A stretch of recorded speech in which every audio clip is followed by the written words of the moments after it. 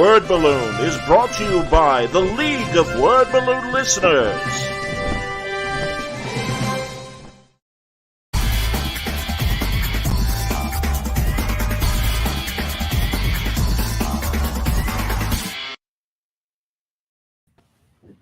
Welcome back, everybody. This is not Jor-El coming to you from one of the Kryptonian crystals. John Suntress here on Word Balloon in a disembodied head, and I'm happy to be talking. The year 2000. Paper will become synonymous with rubber. I forget something. I wish I had a better in the year 2000 prediction. That was pretty good. Yeah, you know. All Bendis right. tapes, brand new. Hello. Brand new Bendis. We're making up for missing the panel in Chicago. Yes. Are you at the Chicago Con right now? Is that what they turned off the lights and you're just sitting there waiting for the panel to start? I'm waiting for now I feel guilty. I'm waiting for the Rosemont police, absolutely, to come and take me away from the Stevens Center. Exactly. I got interrogation right after this. Yes. Thank you, everyone who's joining us and who might be listening to this later at a more convenient time. This is our panel away from Chicago Con panel. We were supposed to do a panel together live last Saturday. I couldn't make it to the show, which was a bummer, but listen, life is complicated. So we're going to do it here. We'll do it live. We're doing it here instead. And yeah. So hi, John. How are you? I'm all right. Doing all okay, right. Brian. Yeah. I missed you, but how was the show, by the way? Was it a good show? The show was good. You know, Zach Goyette, one of my Word Balloon League of Word Balloon listeners. I love Zach. Good man. Yeah, and I'm so sorry, Zach, that I didn't see you. My only complaint about the show is I couldn't find David Mack. I couldn't find Joe Quesada was there, and it's weird. I believe they were right next to each other. I was supposed to be. Oh, no kidding. Well, there you go. Between them, yeah. Because they kind of put all the Artist Alley people on the perimeter of the show, kind of in a U shape surrounding the show. But I mean, it was weird. It was just weird. I wish they'd do it like, frankly, the way the Wizard Show used to do it in C2E2, where you'd have an Artist Alley section, rows and everything. But yeah, so that's my only complaint. But it was great seeing everybody. And God, I'm sure you saw my pictures on Twitter and Facebook. Big Star Trek nerd moment for me. Oh, no, you sent them to me privately. That's right, I did. Jonathan Frakes, Gates McFadden, and John Delancey. And they were all really sweet. And the great thing was, Frakes remembered me from the podcast that we just did. And I know it was just a month ago, but hey, man. Here's Zach. Yeah, he's talked to a lot of journalists in his day. I for people who wouldn't know this, and not many people would, I have a very warm feeling about Jonathan Frakes, even though I've actually never met him. He was a director on Powers in season 2. He directed one of our best episodes, and I just was an episode that I wrote, so I wasn't there for any of it. I had to go home, and when I came back to set, the entire cast was almost like in this cult of Jonathan Frakes. Like, he was the best. He was the best director. And I was like, wow, he really made it like a real impression on a very diverse group of creators. And then months later, while we were watching the dailies, and we could see how he directed the actors and their response to it, like in the raw footage, and you're like, wow, he's just fantastic. Yeah, he was just really knew how to do it. And we had a bunch of good directors, but boy, that those weeks he was there was really special for us. So that's nice. That's cool, man. No, he's not only has he been doing new Star Trek Discovery and Picard, and he said he did something on Strange New Worlds. Maybe he directed some for season 2, because I kept looking for his credit and I didn't see it in season 1. But also the Orville, and he really season 2 of the Orville, one of the best episodes, and even had a Phantom Menace moment where, kind of like when Palpatine is still a senator and all those stupid floating donuts that everybody was sitting in. It was that kind of scene where it was like almost like a Federation kind of inquiry, and among other great moments and stuff. But yeah, he's a sweetheart. He's just a I like, if I find myself in a position again where we're hiring directors, he would be high on the list, because that's the kind of energy you want on your set. Also, he came in the middle of a season and pumped everybody up. Like that alone is worth more than you're paying them. You know, it's really it's really nice. So yeah, that's cool. So this is it's a podcast.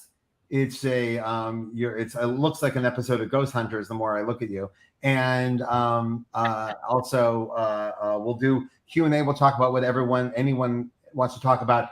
As I said in the newsletter this morning, I will be at San Diego Comic-Con next week for the first time in many years for one day, Thursday only. I'm going to come in for the Abrams author panel, which I'm pretty excited about. Chip Kidd will be there. There's going to be some cool people there. Yeah, it's quite a lineup, and so I'm gonna do that. Do a signing at the Abrams booth and on a plane before anyone embarrasses themselves at the bar. So because that's all that happens in San Diego is on Friday night someone does something embarrassing at the bar and loses their career. So I will miss that, but I will hopefully see as many people as we can on Thursday, and that'll be that. So there you go. And I will not be at San Diego, but I will be at Terrificon at the end of the month in Mohegan Sun, Connecticut, and doing a lot of panels at Terrificon. I'm looking forward to that. And then immediately the weekend after that is C2E2 at McCormick Place, downtown Chicago. Yeah. And I've got 2 panels there. I am doing Svengooli's panel. Very excited about it. Oh, cool. He's great. Right. Will Dan DiDio be there too?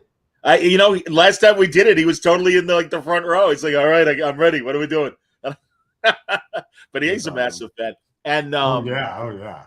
Yeah, and I'm also Art and Franco, the Tiny Titans guys, and I, and our other co-hosts of the Oh Yeah podcast are doing a Sunday panel, so that's going to be a lot of fun. So there's my con BS.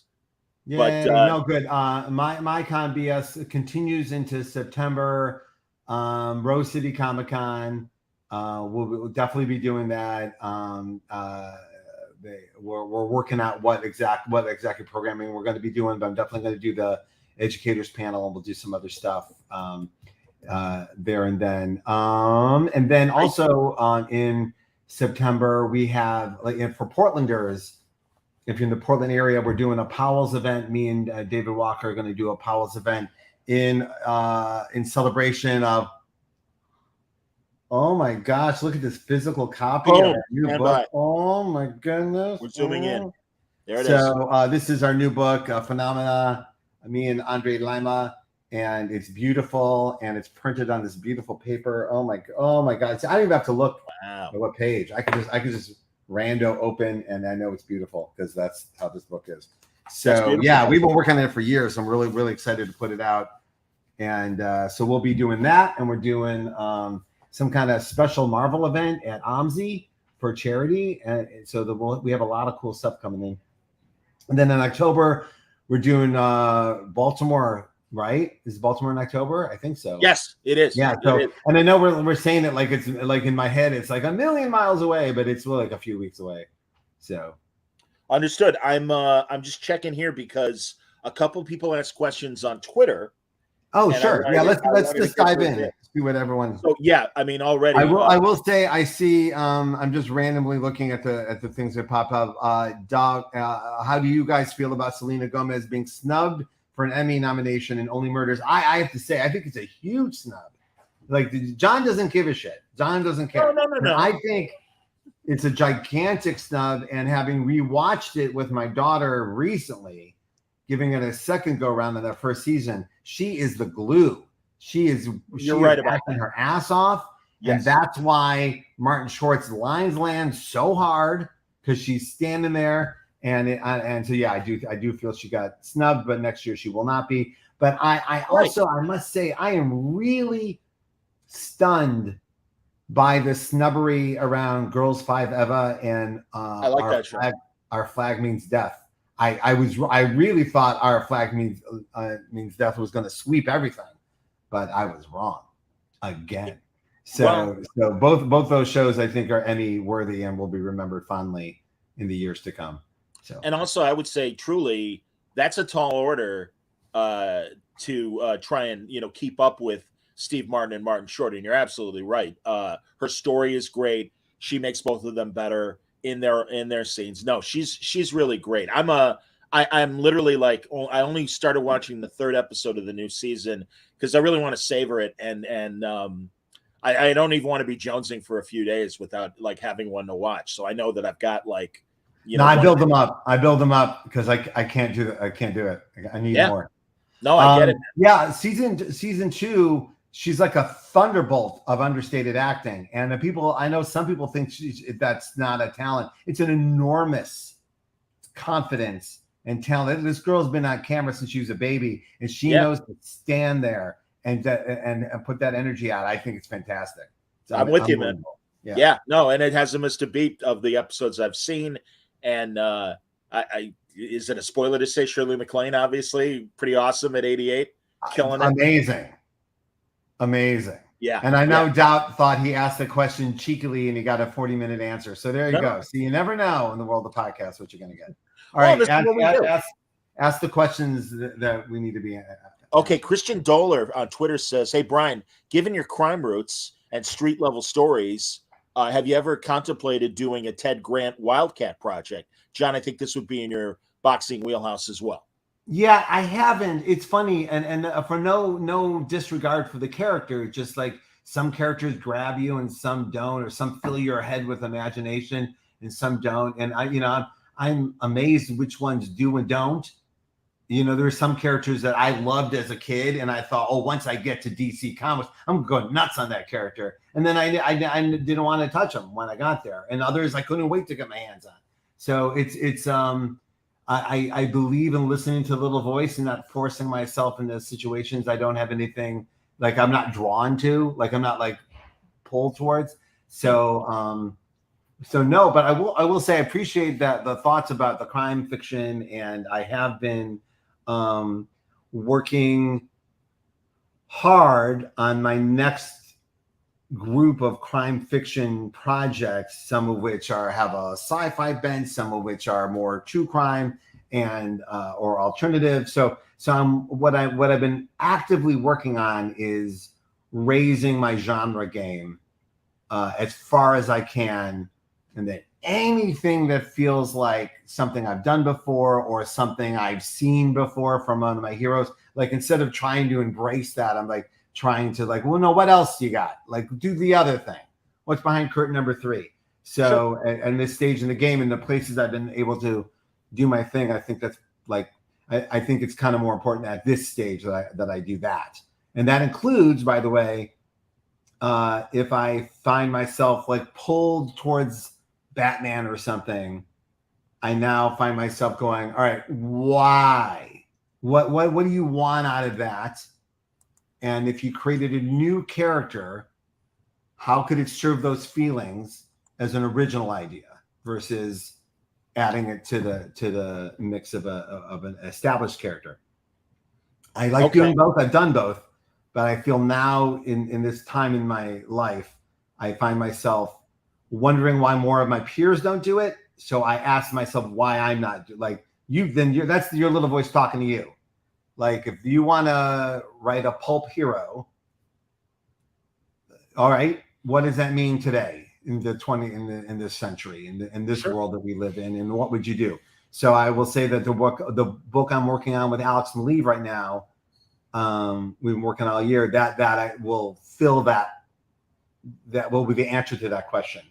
Like when you've done all the crime that we've done, what's next? Where can you take it? And I think we found some answers. So that's cool. Now, mentioning other genres, I don't think I've ever read a Western by you. Would you ever do a Western? I've done a couple. I have had moments of Westernness in both Marvel and DC. It's fun. I did some Jonah Hex work. Right. In fact, the minute I walked in the door at DC, I did some Jonah Hex and Ginny Hex, and Ginny certainly, And I tend to like the modern Western, like the Hell or High Water, like a Western that takes place right now is and so Jinx would actually be included in that. It's actually the plot of The Good, the Bad, and the Ugly, pretty much. And so I was like applying Western, the Western genre sensibilities to the modern places that I was writing in. So I have done some. Okay. Yeah, and I had Eva Bell go back in time to meet some Westerns back in the X-Men run. So I have done it. But I do fully put on my Sergio Leone hat and do everything I can to live up to that. That's cool. Yellowstone and also God Longmire a couple of years ago. Mm-hmm. Those are great modern westerns, and of course Justified. Breaking Bad. Yeah, you're right about that. I mean, certainly It is. locale wise, yeah, absolutely. Abdullah Razwan. I'm going to try and put these up, but I'm having a little trouble with my graphics, so I'll do my best here. Hello, Mr. Bendis and Suntress, longtime fan. A question: you were one of the architects of DC's 5G initiative. This looked like a big departure from DC's usual style. Can you talk a bit about it? I guess I can, because literally everyone else has. So James Tinian has done 55 Substacks about this, and Grant has talked about it at length. So I guess my tendency, and where I'll correct you, is that I wouldn't have labeled myself one of the architects of it. I was one of the participants in it for sure. I believe everyone would agree that it was Dan was the architect of 5G. And I said that I've been in the room where I was an architect, like I was part of the building staff. They even called us Marvel Architects at one point. I posted a picture actually today, because it's the worst picture I've ever taken. It's me and Jason.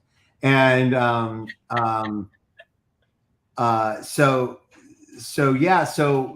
it was presented to us, who would like to be part of this, and it was at its base level a very bold, exciting idea that had elements to it that were similar to other bold, exciting ideas I've been presented with at Marvel that worked out really well. So I was fully on board.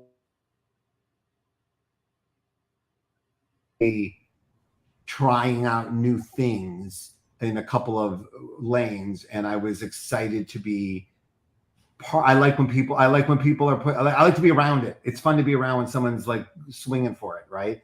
So, sure. So the 5G it was going to be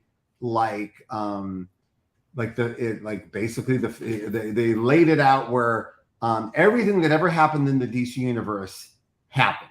Like there was no reboots and there was no revamps, and so they had created, and he brought it publicly to a stage at a convention. I think it was New York Comic Con, where they made a flow chart / map of the 5 generations of the DC universe, and where everything landed in, and it was really, really funny, because it was like the entirety of the DC universe, and the last little section, like right here, you can see where me and like Fraction came in. Like it was like the end of the timeline,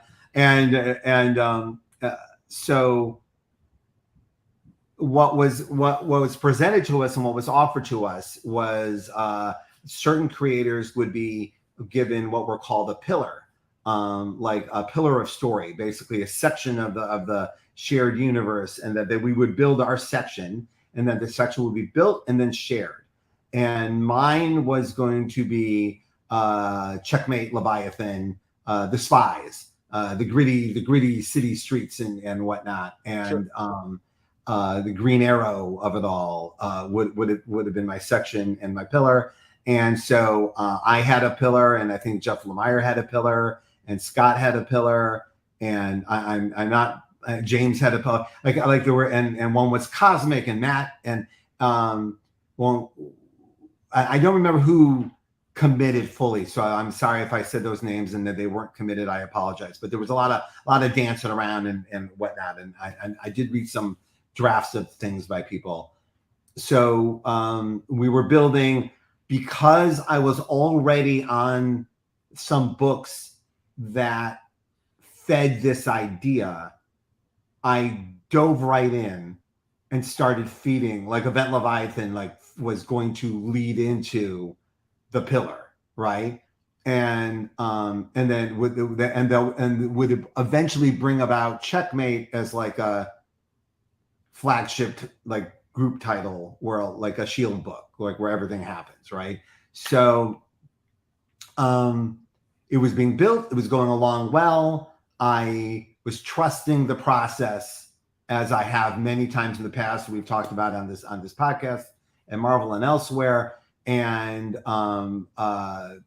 stuff, way out of my jurisdiction went down, and the 5G was just no longer going to happen. And then eventually everybody who planned it was no longer at the company, and everything started to be rebuilt from scratch, even as people were trying to keep the wheels on the wagon and everything like that. So would it have been cool? I do believe it would have.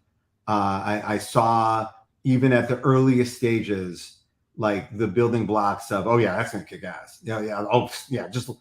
Grant on that, yeah, that'll be great. A Matt on that, Jeff Lemire on that, yeah, it would all filled in great. But it wasn't meant to be. It just corporately wasn't meant to. It wasn't even, honestly, I didn't even feel like it was editorial. It just corporately wasn't, because a lot of the best stuff made it into the books. Like the good stories, I on one way or another, flew into it. Number one, a lot of work was done on these stories, and number two, yeah, they were good and truthful. So there wasn't any reason they shouldn't. And a lot of us, I was headed towards Checkmate. I didn't know where else to go. And then when everyone was gone, I was like, you guys, I'd like to finish. I started in good intention, and I was glad that I did it. In fact, oh my God, I just got this in the mail. Look at that. What? It's the Checkmate collection. So yeah, I'm thrilled, because I did. It was, I had to kind of hustle to get the book back after 5G fell apart. So I'm glad we got to finish our story. So that was cool. I'm glad they let us do that.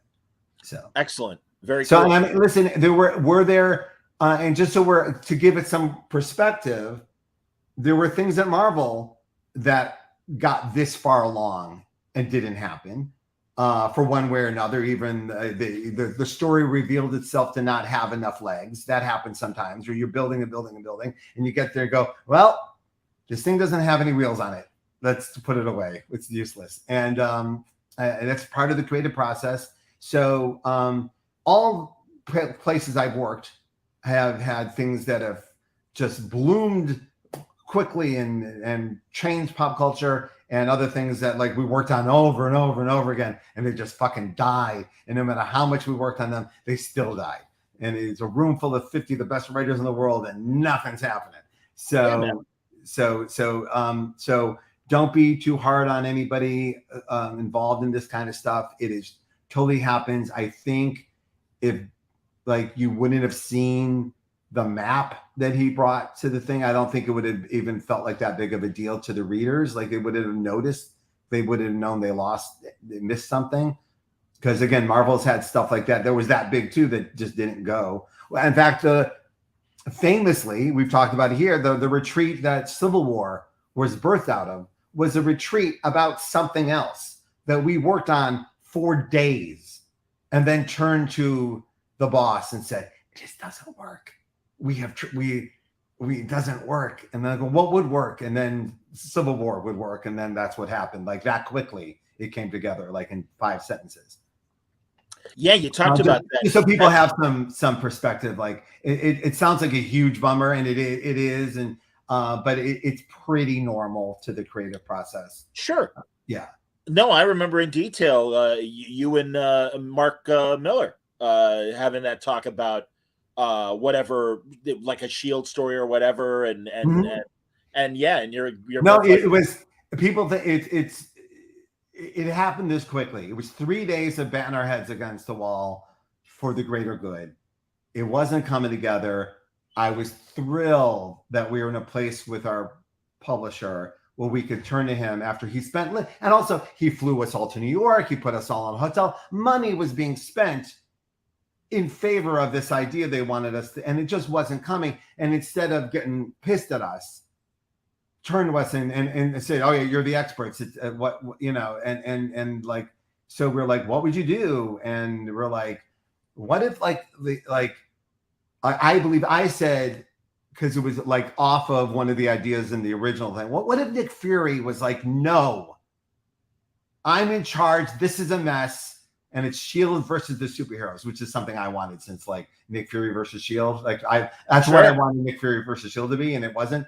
So I said, what if it was like Nick Fury versus the world? And then Mark very smartly goes, yeah, you only care about Nick Fury. What if it's the superheroes versus the superheroes? What if it's like half the superheroes are like, fuck you, and half the superheroes, fuck you? And then Loeb goes, what side are you on? And that's how fast all the pieces of Civil War came together in a room. There you go, but man. It took 3 days of boing, boing, boing to make that happen. So absolutely. And then, of course, inspiring the fine Marvel Cinematic Universe film. Yup. And much more. And much more, indeed. Yeah. Spedsy or Speedsy says, I tell anyone that will listen that Disassembled, through Siege and all the events in between, and the ripples felt in Alias and Daredevil are the most epic run in comics I've ever experienced. Well, thank you. Very nice. I appreciate that. I did, looking back on it, and we talked about it while it was going on right here on this very podcast, but I did realize that I was in a very special space, that I had a long-term contract that allowed me a little more I could plant a longer seed than most freelancers try, because most of us don't know if you're going to have the gig in 6 months. It's just freelance. You don't know. Listen, in the last 5 years, both companies have changed owners and hands, and you never know what they're going to want, what's going to happen. You just don't know.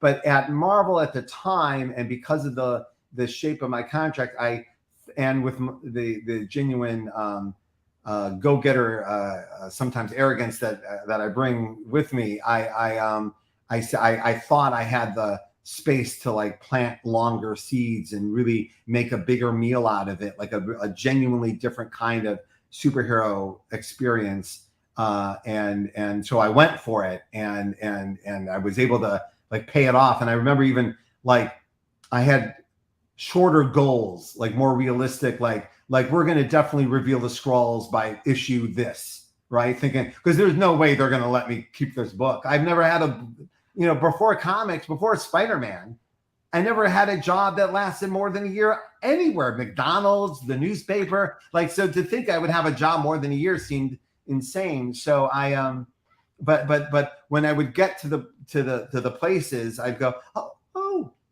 I can keep going. They're letting me stay. So I would try to see what kind of experience I could make out of it that would shock and delight me, the most jaded fan in the world.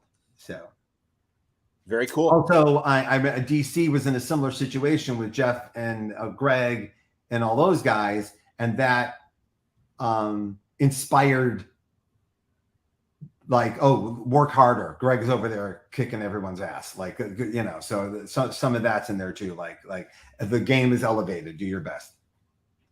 I get it. Yeah. Murad asks, wanted to say I loved your Superman run, Brian, one of my favorites. Also wanted to ask if you can share any future DC plans with us. Well, I'm still working on Naomi just came out today, and we have more of those coming, and then we have Legion, Justice League versus Legion of Superheroes, which continues even though it has gone by monthly, which is very strange for a monthly book to do. It is very hard to draw. I wanted Scott Godzlewski on every page, no fill-ins, no. And so we've gone by monthly to accommodate that. So that is what I'm doing for DC right now. And plus, as I just posted on Instagram the other day, I just handed in the third draft of the Legion of Superheroes TV show to HBO Max. And we'll see what happens there. It's completely up to what they're looking for editorially or content wise over at HBO. But so far, it's been a very delightful development experience. We have a lot of people on the call, and it's been very good. So everyone seems to be understanding what the Legion is, and not something. Sometimes you worry about oh, they really want Spider-Man, but they're trying to turn the Legion into Spider-Man or something. They're not. They're full on. The Legion is the Legion, and so I'm happy to report whether it happens or not. And again, it's not even a quality issue, as we've seen all the time. Things get greenlit all the time. We're like, why did that get greenlit? It's whether they think they can sell it and whether they think it's the time and that they have the manpower to back it up. So right now it's in a good space, and to the point where I do hope it does go forward. Sometimes you develop stuff and go, please kill it, please kill it. But this one I do hope it goes. And I did appreciate everyone's nice comments on Instagram. It certainly does help, show people who are making decisions that people do care. Isn't that interesting that, they are paying attention to social media and it is. Well, when it's like, 9,000 people going, yes, right. It does make them, oh, okay. Someone care. Yeah. Yeah. Hell yeah.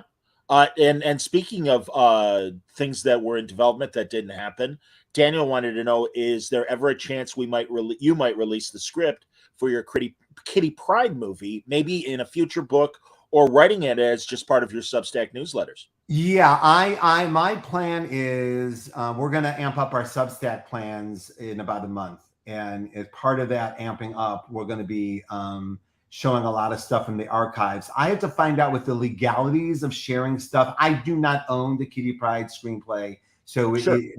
I don't want to, in rudeness or in the federal law, share something that doesn't belong to me. But I do believe that there's some legality to me showing excerpts and like chunks. And I'll find a chunk that makes me look very good as a screenwriter and release that and whatnot. But I wouldn't mind sharing it. I wouldn't mind it even like being turned into something else. But but as for people who don't know,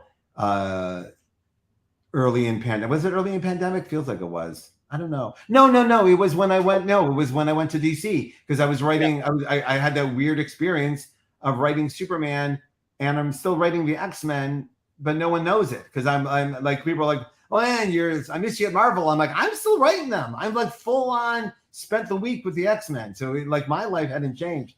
And I appreciated it because, like after 20 years on the Marvel gerbil wheel, I think I needed like a warm down, right? So the Kitty Pryde script kind of let me say goodbye to like my favorites in a kind of more intimate setting where just me and them. None of you have to be involved with the conversation. And I do believe Goldballs was in it at one point, and I was putting all my toys in it. Sure. And well, there was just a scene where it was just whatever X-Men I wanted.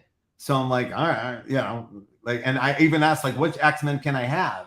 And it wasn't really an issue at the point. So I was like, all right, I'll fill it full of mine. So so I had this great experience of writing a small horror movie of Kitty Pryde alone in the mansion. We were calling it 143 because it was literally an adaptation of issue 143 of Kitty Pryde's first day in the mansion. But of course, elevated. But I would say closer to like Panic Room, like tight, like inside we stay in there. Her and a monster. And it was for Tim Miller to direct. He picked me to write it, which I appreciated. But and as delightful as it was to continue to write these characters, even though I wasn't there, and to write a Jewish superhero, which I really did enjoy. Like sure. I was like, this is our Black Panther. I'm gonna do this. And I knew in my heart, like right away, that Disney was not going to make this movie, because I was hired by Fox to write it.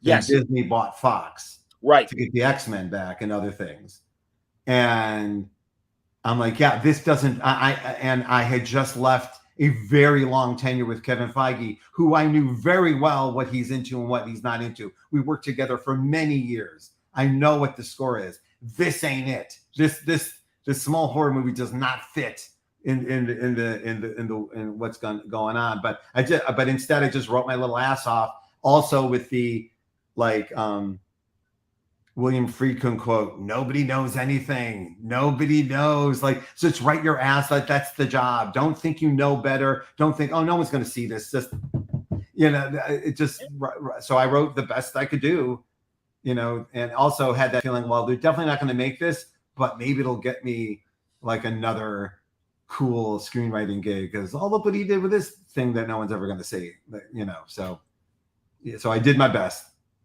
Understood. Yeah. Radium Theater Productions. Hey, Brian and John. I was wondering how Bendis feels about Civil War II in retrospect. What was your perspective on that event? Well, I enjoyed it creatively.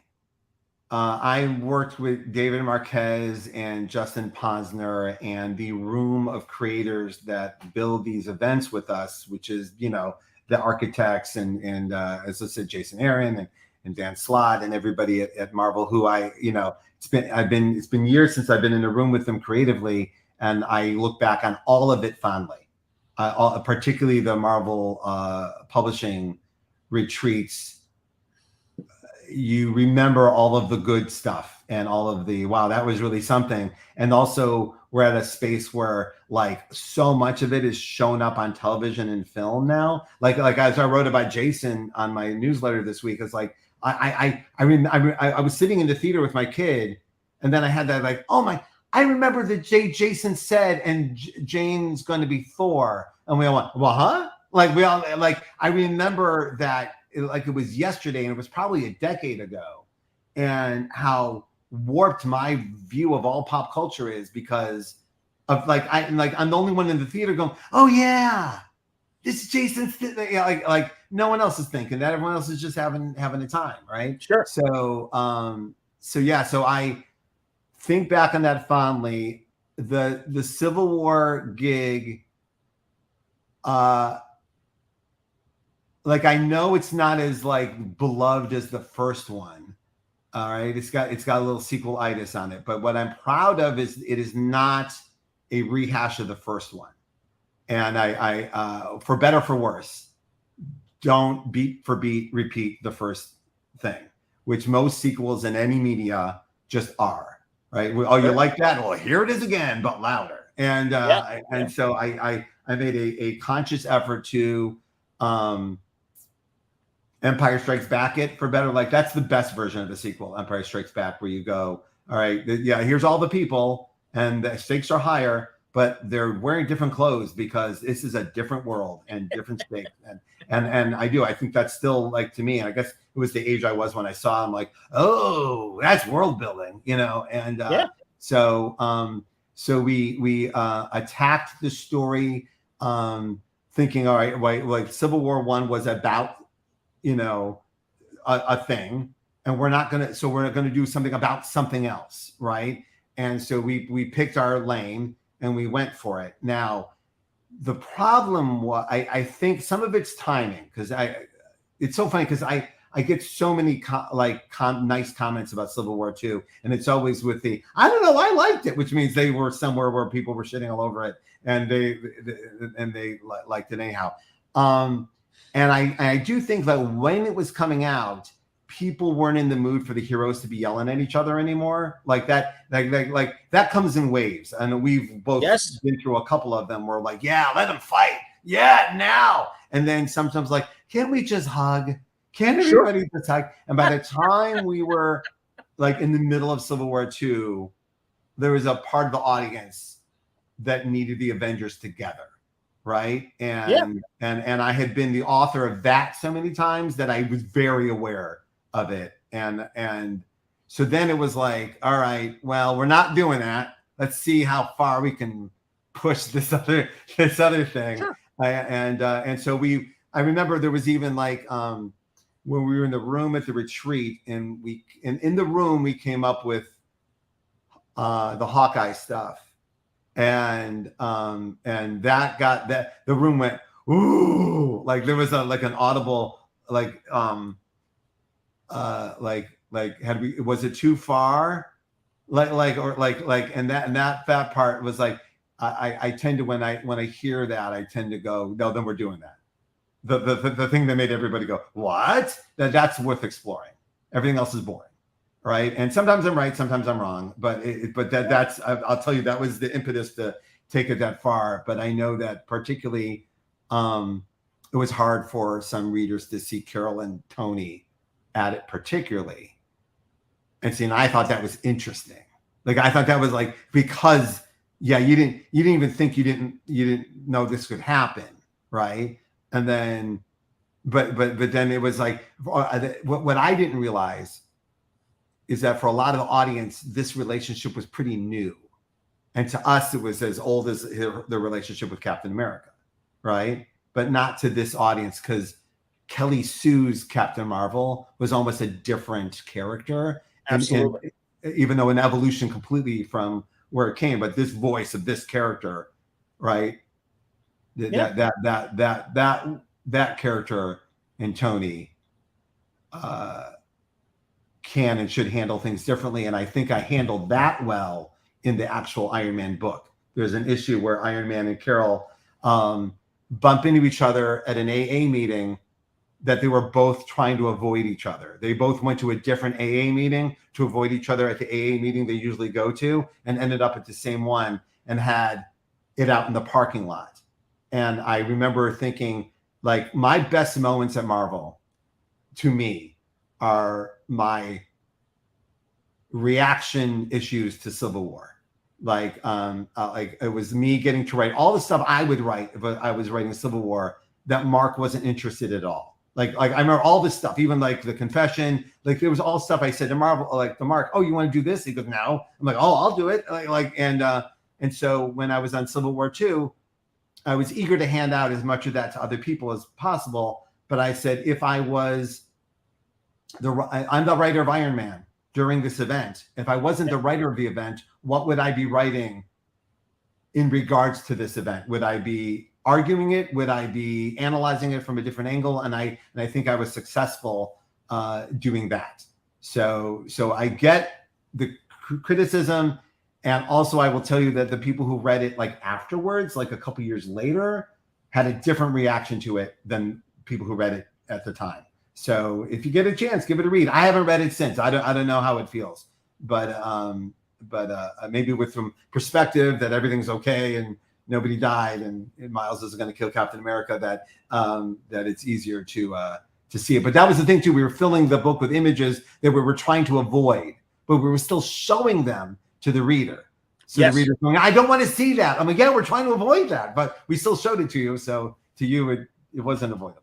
Yeah, the precog mutant was kind of in tune with, possible outcomes and stuff. And, that, yes, I remember that distinctly. Well, and like you said, I was one of those people, and I still defend it. I never remember the actor's name, but Solo. I like Solo. I think Ron Howard did a hell of a job. And again, I always forget the guy's name that played Solo, but I think he's an Ironheart now too. The guy who plays. I think they just announced he's a big guy in Ironheart. So funny, yeah, crazy. What's his name? Anson something. I forget. But yeah. But yeah, I mean, I really like that movie, and again, everyone was shitting on it, and like you said, it's timing. Another one like that. Yeah. I mean, some things are just shitty, and also, by the way, some people read Civil War and just hated it, and that's fine too. I'm saying, but I know it's a mixed bag in my publishing biography. But whatever didn't work, I learned a lot from. So I feel good about that. Josh wants to know: are you involved with Spider-Man Into the Spider-Verse 2? And Daredevil coming to Disney. That's his first part of his question. Those two things. There is absolutely nothing that I can say about anything Marvel, Disney, Warner Brothers, HBO that I can confirm or deny here on the. I'm very hyperly aware of what is a rumor out there and what may be true and might not be true. And there's some fake graphics out there and there's some real graphics out there. So I just want to be super careful not to feed anything that other people are working very hard on, and then here we are on a podcast is ruining it all for them. I do know some stuff. I am consulting on the Spider-Verse movies at the behest of the filmmakers. Lord and Miller are very, very kind to the comic creative community they have hired. And on both movies so far, a lot of our peers and a lot of my favorite artists are working on this stuff. I mean, it really, I'm working with Sanford on the Justice League annual, and he's like, "Oh, I'm working on Spider-Verse." I'm like, what would make me happier than hearing that, right? So I have seen a large chunk of a substantial chunk of Spider-Verse 2, and I am very happy with what I saw. Outstanding, man. I saw way more of Spider-Verse 2 at this stage than I ever saw of Spider-Verse 1 at this stage. Wow, so, cool. Yeah, just that's the way it was. But they sent me over a delightful bunch of stuff, and me and my son watched it, and I had to do that. You're not telling anybody you're seeing this. Nobody. That's awesome, man. Yeah. And mentioning Sanford Green, one of my favorite people in comics, he could snap us in two between his fingers.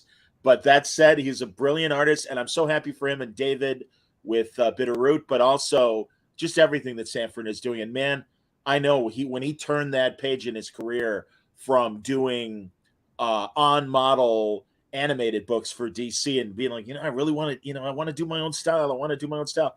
And boom, 10 years later, I'm just so proud of him. Yeah, we worked together like really weirdly and briefly on the Marvel MMO. Like he did some of the like the I don't know what they call them, the motion comics that like led you into the game. So that was like us together, like and Ron Friends was in it too. It was like a weird batch of cool creators. And but when he hit that next place with David and everybody else, I was like, oh man, I want to be part of that. And then during the pandemic, he called me and goes, let's do it. And I'm like, so I was so happy I squeezed the Justice League annual out of him. Yeah. In between Bitterroots. So that was cool. That's awesome. Just delightful experience. Doubt wants to know, are there any plans to do more DC universe after Justice League versus Legion, or are you devoting most of your creative time to Jinx World books? Well, at the moment, and I want to word this carefully because it could change at any minute, but over the last year or so, I've turned down a great deal of work for hire stuff, and I don't want to sound, and it sounds super privileging, and I apologize.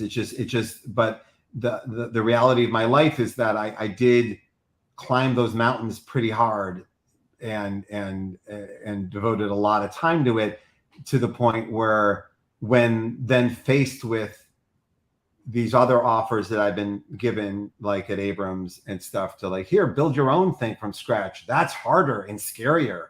I found myself saying yes to this, every scary thing that was sent my way.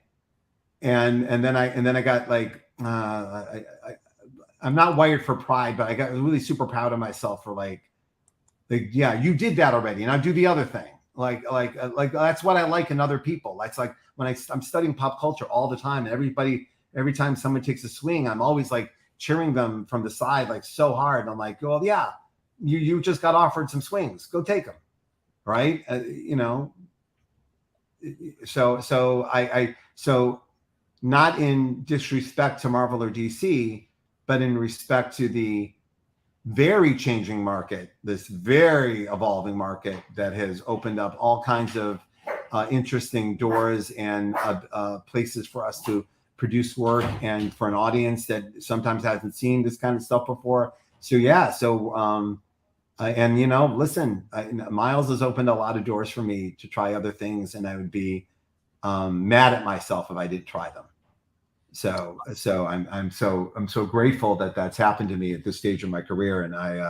And even like before I went to DC, the plan was pretty close to what I'm doing now, which is, planting some flags and some hefty flags in some unusual spaces and see what happens next. And Dan distracted me because that's what he does. And but now here I am doing that, and I'm glad for the pause in that, because in that time, in those years that I was at DC, this evolution of the market has occurred. And it's a little easier for someone like myself to look at the spaces and go, all right, yeah, I got something I could do there. That's pretty cool. So yeah, so for the next while, it's going to be like new stuff, like new Dark Horse books, new Abrams books. Phenomena isn't our only Abrams book, and Joy great. Operations is just the beginning of a long line of new creations at Dark Horse. And I can say that both scenarios have been just outstanding as partners. Mike Richardson and Daniel Chabon have been wonderful to Jinx World, and I really hope we're here for as long as they'll have us. And Abrams, as I've described in the last podcast, boy, what a meticulous adult publishing environment. Comics, even at its most high level, has a ramshackle, get it out the door. No, it's gone. Friday night, too bad. Feel to it. And we're all wired to make the most of that. And that's why the books come out the way they do. But we have a few months to pick at this. No, the deadline's in 3 years. It's a very unusual place for me to be living. I've had to readjust my entire psyche for this. And I'm still only halfway there, to be honest with you. It's a completely different mindset, but delightful. Absolutely. Other than like comic creators, we've all talked about this. Many have said this exact words on your podcast about like the book is published and that's it. There's nothing you can do. That the mistakes are forever, as Matt Fraction has said quite a few times. Every Wednesday, you get to see our mistakes. In this publishing of graphic novels, that is true, but there's a long window between anyone else seeing them. Like here it is, you'll see it in September. I still feel what I feel, So it's a pretty grand feeling to me. Also, it's exciting to be like me and Andre are working on book 2, and you guys haven't even seen book 1. That's really freeing and exciting. So, yeah, I actually literally today got the press release for the first Phenomenon of volume, and it ends with saying that volume 2 is coming out next year. Yeah. So that's great, and we can get into that in a second. I have to acknowledge Dynamite publisher Nick Barucci, very generous. Oh, hello, Nick Barucci, and $100, man. Good Lord. Thank you very much, Nick. He says he loves my interviews. Huge fan. Oh, he dropped $100 on you? Yeah. Oh, he's such a big. Yeah. Everyone show the love and hit that thumbs up and share. It helps John's algorithm. It absolutely does. Likes are free. Support is priceless. Well, that's kind, Nick. And I will say I appreciate Dynamite a lot. I have talked to many Dynamite creators over the years. I am glad that the licenses that you've picked up in every genre, from Western to crime to sci-fi and superhero. I think I'm glad you're giving our friends like Mike Oming and Phil Hester the opportunities to write. And Andy Parks as well. Some James Bond, right? Yes, I mean, God damn, those are great. The Bond comics are fantastic. They really are. Nick, throw up a plug. What should we be plugging? Yeah, let's know, Nick. Yeah, throw it up there. That's truly, Nick. That's very kind. I really appreciate the donation. I just monetized the YouTube channel in the last month or two, and so really, everybody. I mean, again, I appreciate the viewing and sharing and letting people know about Word Balloon. But if I always smile warmly when Nick shows up in my email or on my social, because I told Nick this years ago, but I was in Cleveland. That's how long ago this was.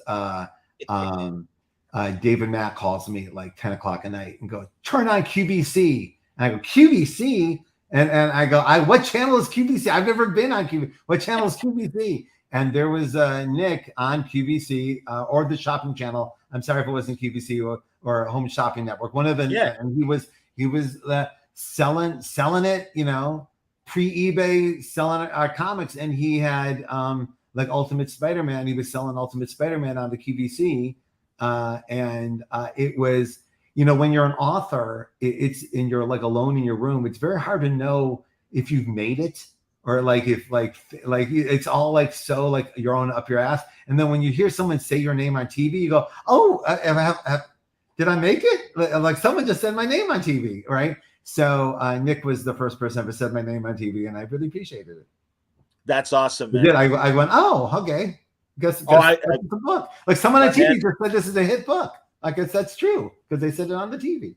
When Whitney Matheson put me on her USA Today top podcast, believe me, I had that feeling where it's like, oh, that's nice. I don't even know this person, and she likes what I do. And I have met Nick before in the past. I don't know if I'll see him at Terrificon next month. I plan to do the Garth Ennis panel, and I'm looking forward to doing that. I love Garth.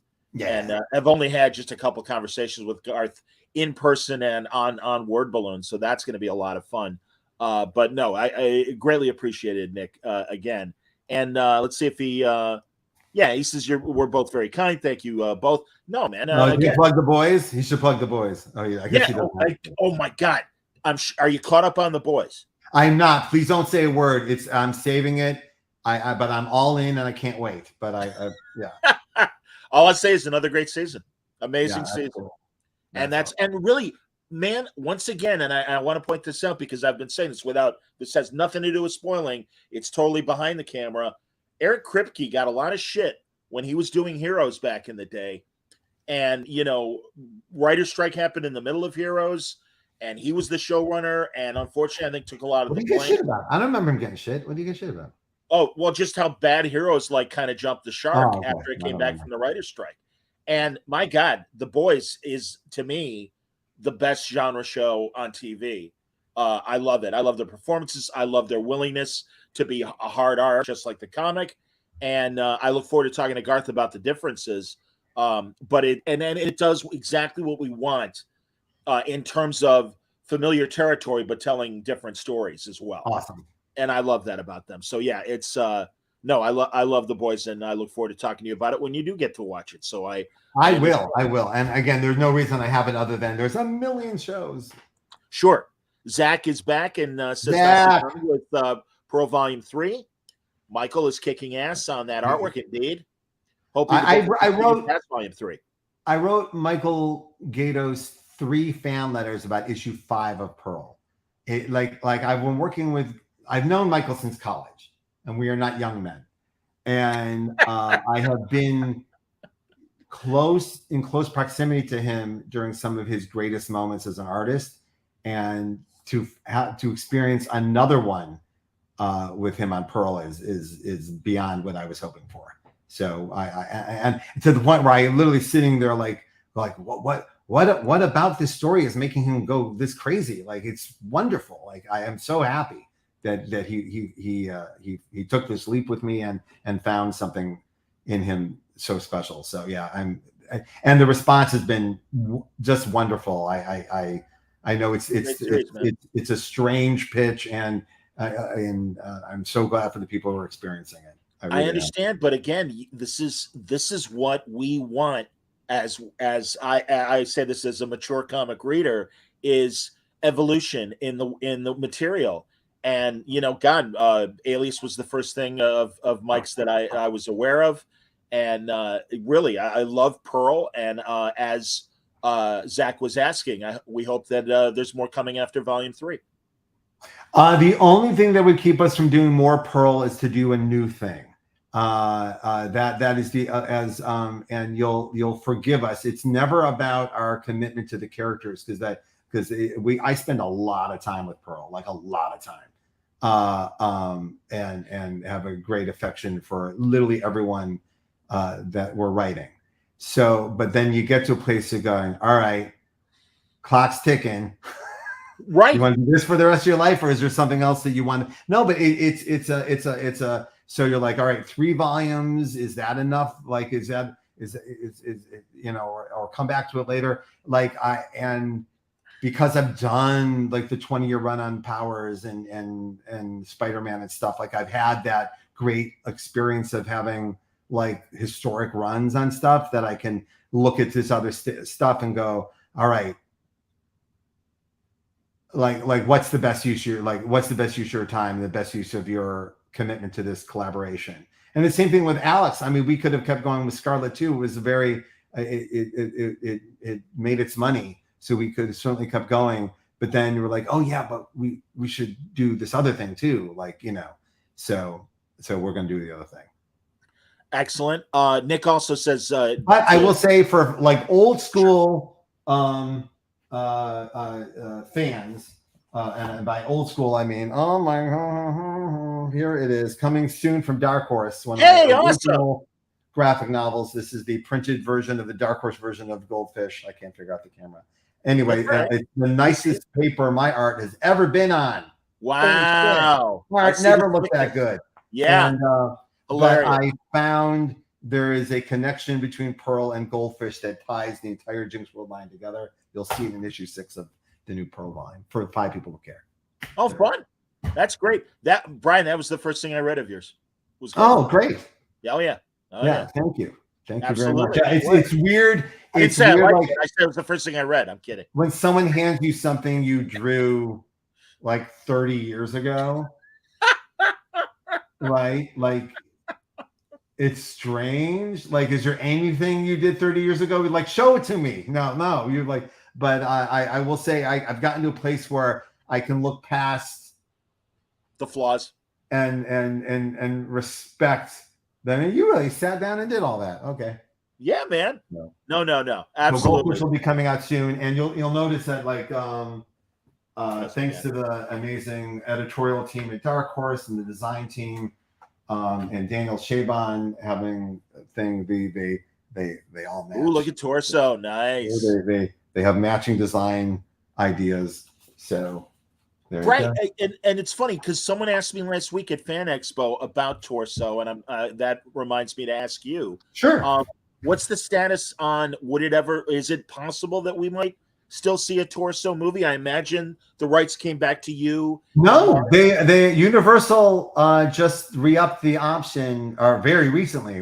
Mark and I just signed something like a week and a half ago. So oh wow. So the saga continues. It sounds insane. It sounds like I'm lying. I hope people believe me when I say, like, I'll tell you when things don't go or things aren't happening, for sure. And also, it's Hollywood. Like, sometimes it's a hard no, and then the next day, oh, it's on. And you've seen that, like, that's happened, like, publicly to other things. But in this regard, Torso has always had a home, and it's always been developed. This version is at Universal working title. Working title makes all the fancy British high-end genre drama that I love, and I was very thrilled that they jumped on board. I'm if you could be like a label fan, like working title was like the A24 before A24. Anyway, sure. So I'm very happy to be there, and with the director Corin Hardy, who directed Gangs of London and The Nun, and we became buddies really, really fast. And just before the pandemic, myself and the writer all went to Cleveland and redid all the research. Like, we went to the Cleveland Museum, and I think I told you my brother had, completely unrelated to me making this book years ago, was helping the police archive their historical data, which included all of the Torso files. So my brother, of all people, happened to be the one in charge of digitizing and keeping all of the Torso killer stuff. So we had another level of access, even beyond what I had even years ago at the Plain Dealer. So we went to Cleveland, and we went to all those scenes and the sites and dug in, and then we were shut down like the next day the world shut down. But I was I literally said, I go, can you imagine, like, because remember that early year, we're like, this might be it. We're all stuck in our houses forever. Oh my God, the last place I visited was Cleveland. And so even as of this week, there has been momentum towards the finish line, but we'll see. It's been 27 years of Hollywood development. That sounds just crazy to me, but as society continues to spin the story and what it means, the value seems to increase versus decrease. Like what this story tells the story of this part of America and what was feeding it feels a lot like some things that we could be talking about today that are even different for the reasons that I did the graphic novel in the first place. Sure.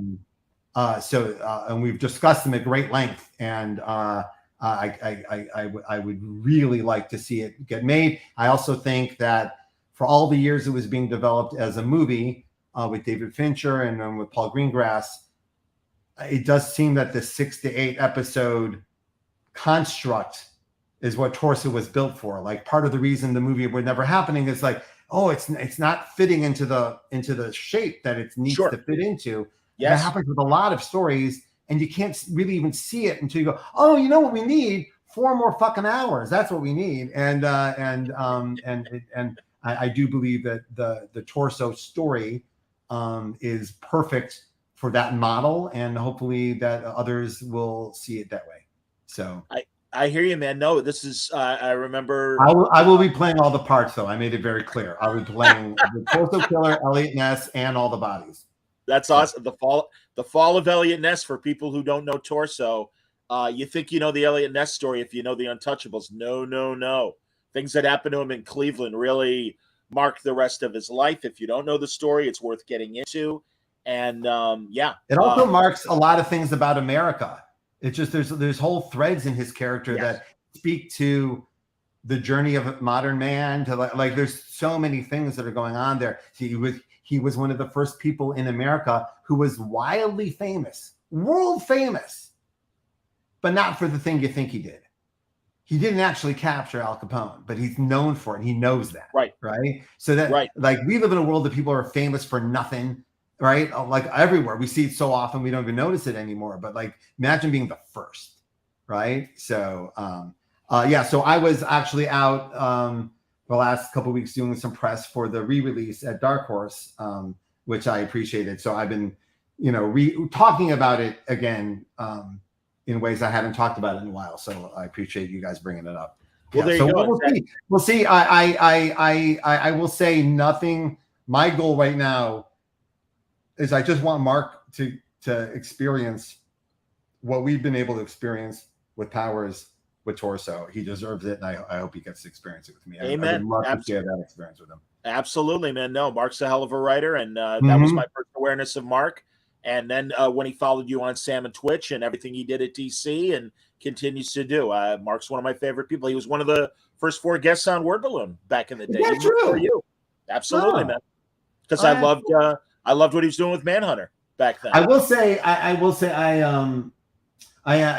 find myself a little warm in my heart that, a long time has gone since Torso. I mean, this is, again, we're like 27 years since we first did this book together, and we're still pals. I'm so grateful for that. Life is crazy. Anything can happen. I'm so happy, when these friendships last. It's amazing. Absolutely. Oh, Nick says it'd be fantastic to see it all come together. Absolutely. Now, it would. And again, I expressed to you that many have tried. David Fincher had tried. Paul Greengrass had tried. And they really tried. Really great writers. And the reason I don't sound angry or frustrated about it all is that, I didn't get a TV show or a movie out of it. But behind the scenes, it's been a very fulfilling experience. Like, I got to meet David Fincher. Like, he's one of my heroes. I got to spend time with him.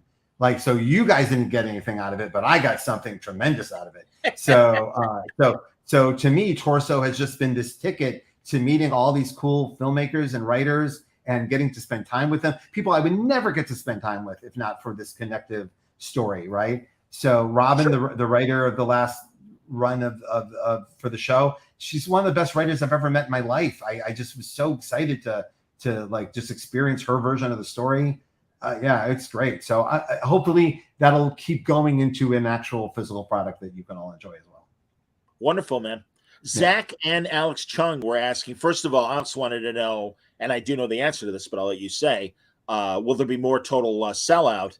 And, or will you add more material to the first edition? I could add more material to the newest edition. And because we do put out these new versions of the older stuff, I do look at the older material and make some choices. Overall, a lot of the total sellout stuff is dated references, like Spice Girl jokes. So I decided to just let it be like that. But there's other places to put that material, and we're gonna find a place for it that's a little Okay. But yeah, well, like that's part of comedy. It doesn't, not all of it ages well, you know. It's just, or not all of it ages at all, you know. So Sure. so you look at the time. Like I just they were putting I'll cop to this. We were putting together new versions of Powers that are coming out through Dark Horse, and they're including all the letter column stuff. And in the letter column, I'll have the no life section. And I was flipping through the PDF, going over everything, and I saw the no life section. And not only would I not recommend everything I was recommending in this no life section, I would vehemently not recommend it. Like that's how much I've changed in my heart. Like it was like some Dennis Miller stand-up special. Like it was like all this stuff. Like I'm not into it all anymore. And I was like, no, I don't want to. Like if you don't know me or have reference to, like, why is he recommending a Dennis Miller special from 1999? So I just took it out. Did you really? Oh man, it just doesn't make any sense. Like if you don't know what I'm talking about, I look like insane. Yeah. No, it's all. I mean, all you have to do is put the, this was from whatever, and well, I know, but it was like I don't recommend. I don't recommend these things. Knowing where Dennis is now, I understand. It wasn't even Dennis. Like Dennis one stuck out to me because I remember because I absolutely thought that was hilarious at the time. Like still, what a writer.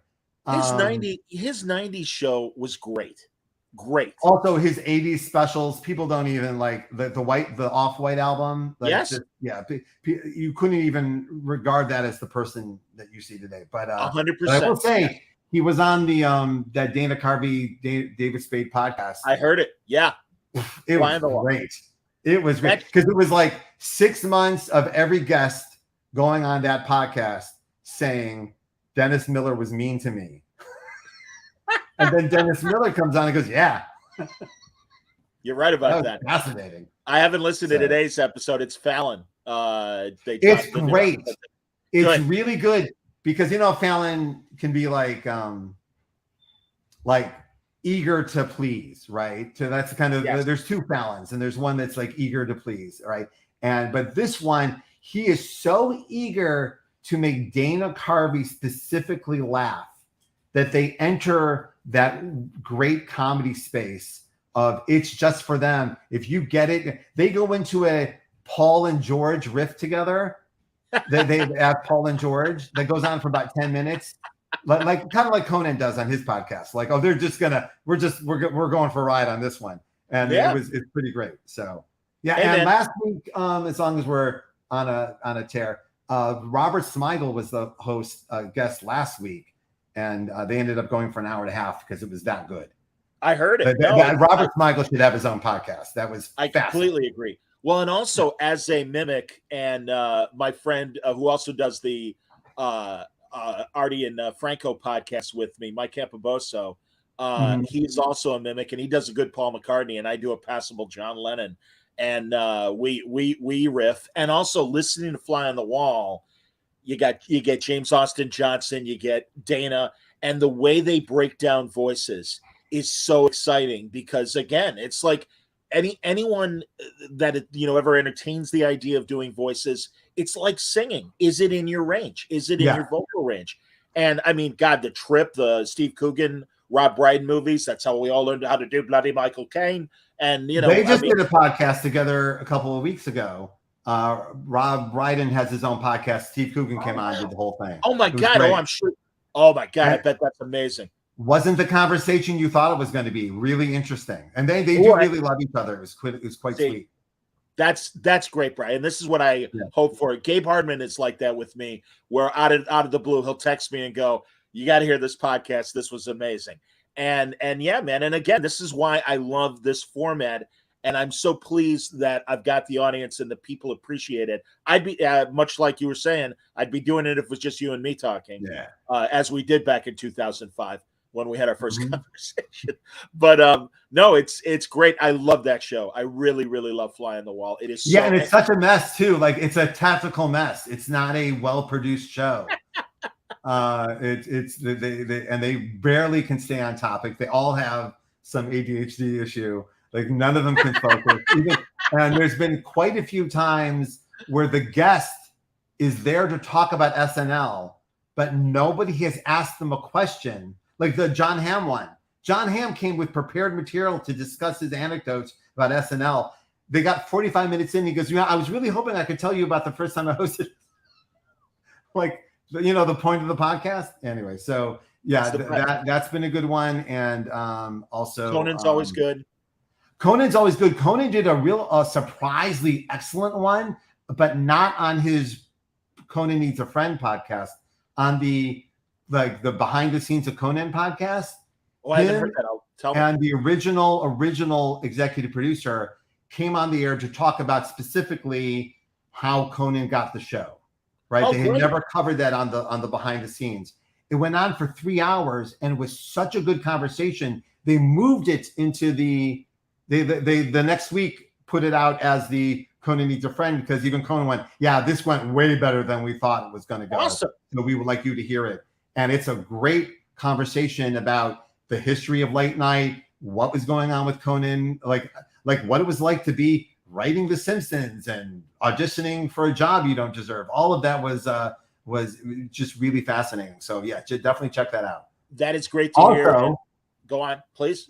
James Burrows is the guest on Smartlist this week. And James Burrows has a giant book out about the making of television. And on Smartlist, he has worked with, at great length, all of the hosts at different times in their career. He worked with Jason Bateman when he was a kid, Sean Hayes on Will and Grace, Will Arnett on that CBS show. So they all have a deep relationship with him and love each other. And they got into the weeds. It was fantastic. Like the kind of conversation you can only have if you already know each other. So right, like Jim Downey when he was on Fly on the Wall. Yes.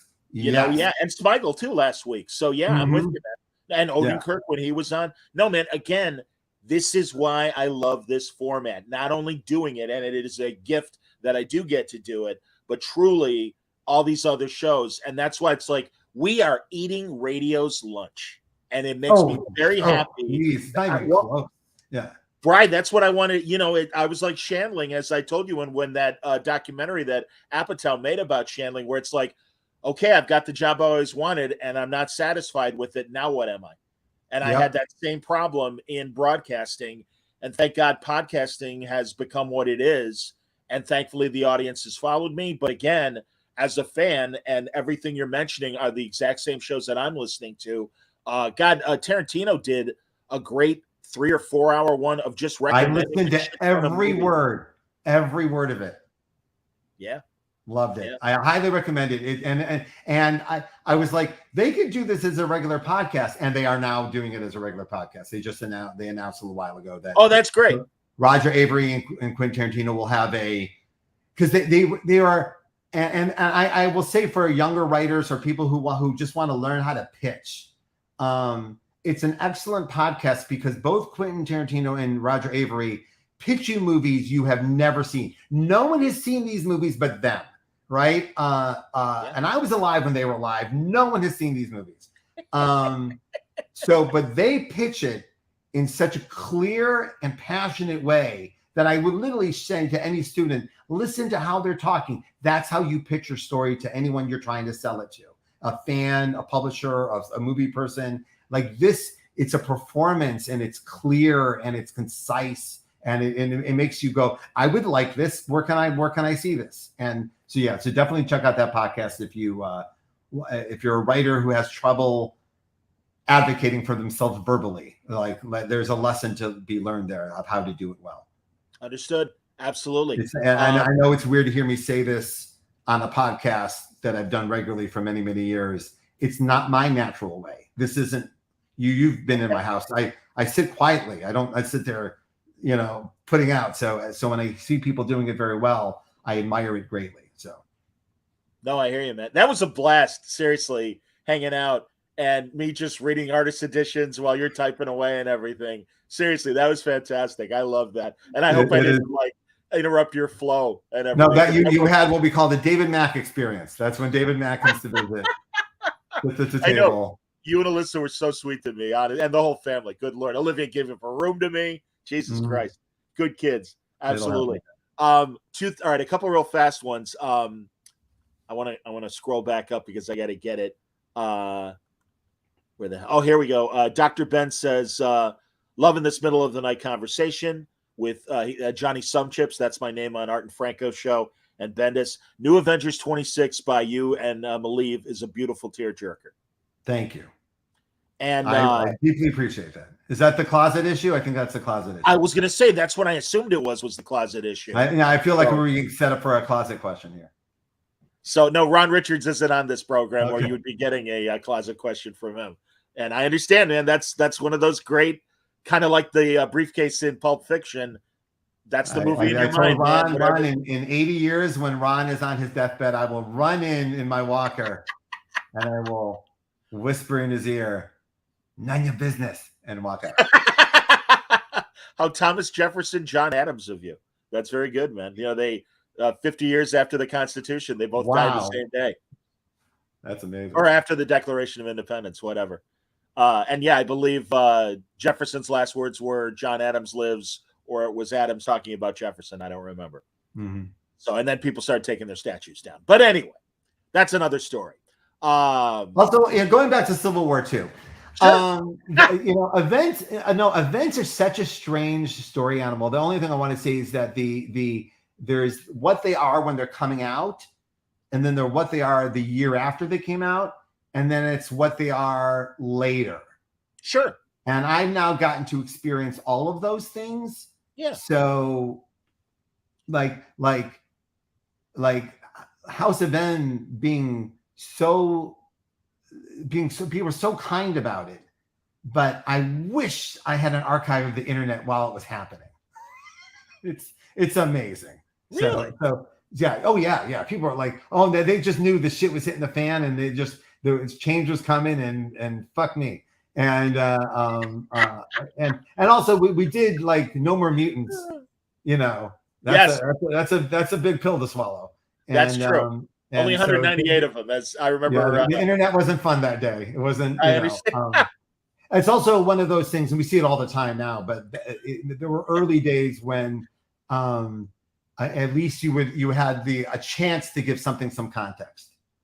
Like people would hear about it and get outraged, and people still do that now. They hear about things, they don't read them, they just hear about them and then yell at you, right? And so at least we had like a window of going, oh no, take a look at it before you yell, take a look at so see what happens next, see if you like it differently, see what's coming. But so again, my complicated answer on Civil War II is based on what I've been thinking about. Is like, yeah, because it evolves. I don't know where it ends. I don't know what the final vote on any of this is, because everything always changes. 100%, man. No, and that's something Ebert always said about movies and how audiences will react. And yeah, sometimes, like we said, timing. It's all about timing, man. Yeah. So I get it. A couple of things real fast. Doubt and Zach were wondering what your thoughts were on the George Carlin documentary. Oh, it's a good documentary. Yeah, I'm a big shock that I liked it so much. It's a outstanding companion to the Shandling documentary, which I also highly recommend. And if you've got the Constitution, definitely check out both of them. And weirdly, Summer of Soul, because they all kind of touch upon the same culture and where a lot of this stuff came from and where we are now. I found them all to have a similar truth to them in the subtext. It was really nice to see that Carlin stuff, because so much of it is pretty lost to the mainstream, other than clips here and there on Twitter. So it was nice to see the story told, because I've said on this podcast, I'm almost baffled by the amount of content surrounded by the legacy of Joan Rivers versus Richard Pryor and George Carlin, or even Bob Newhart, or like there's other comedians who had an equal amount of or even more statement on our culture, and yet there's like Hacks and Miss Maisel. These are all Joan Rivers shows. These are all fully based on the truth of Joan Rivers' existence. Yet there's like nothing like that about Richard Pryor or George Carlin. So that's fascinating to me. And so I love to see this stuff out there. Also, I don't know if you can tell from everything I've said in the last 45 minutes, I'm a gigantic comedy nerd. So having a Judd Apatow in our lives who spends most of his time making sure the comedy nerd in him has everything he wants, it's a delight to live in that world. I hear you, man. All the content I want, Judd Apatow provides in the documentary and in his books. Check out Sick in the Head and Sicker in the Head. They're every once in a while, like books come out, and they're usually interview books for me, where they become almost spiritual texts. I don't want to say religious, but I'm going to go to this book when I'm confused about things. I'm going to go to this book when I don't understand what to do next, and it will just reveal the truth to me.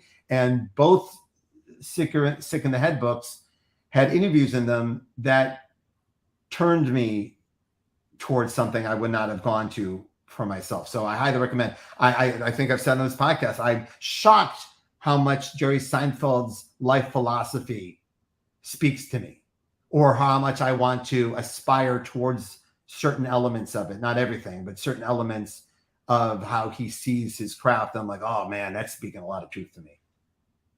No, I'm with you, man. And you and I have talked about like Mike Nichols and how his creative process, how much it means to us. Check out that book too. And there's a book and a 2-part documentary on HBO that I highly recommend too. That's absolutely, man. Great footage.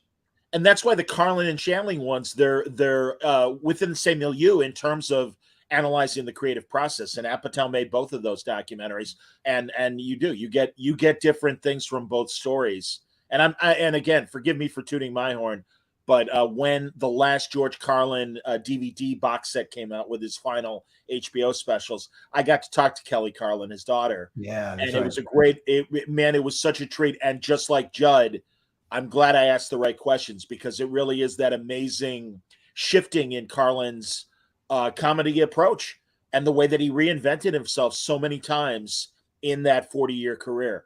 It's pretty amazing. But I even like that they got into the nihilism of his last couple of specials, that, hey, fuck you guys. I told you you're going to fuck it up. You fucked it up. So fuck you. That stuff is a hard pill for some people to swallow or to find it funny. And I'm so glad they dove into it. I do believe we talked about last time. I do want to say, as we're talking about a great nerdy comedy documentaries, there's a great one on Amazon about Lucy and Desi, directed by Amy Poehler. Yep. I was blown away by it. Just blown away. First of all, the footage, like the Beatles documentary, the footage is so well preserved that it's like it was filmed yesterday. It's scarily like clear, right? Yep. You feel like you're seeing them almost for the first time. And the story that's told in the documentary blew me away. Just really filled me up. So definitely check it out. I completely agree. And yeah, thank God Desi and Lucy had so much audio as well of them. That's that. It always is wrapped around some find. And for the Lucy documentary, it was like, oh shit, she taped all this stuff for a book that never got produced. Like all these Citron tapes of her, like really getting honest about stuff. And that was like, and then that's enough to wrap a documentary around.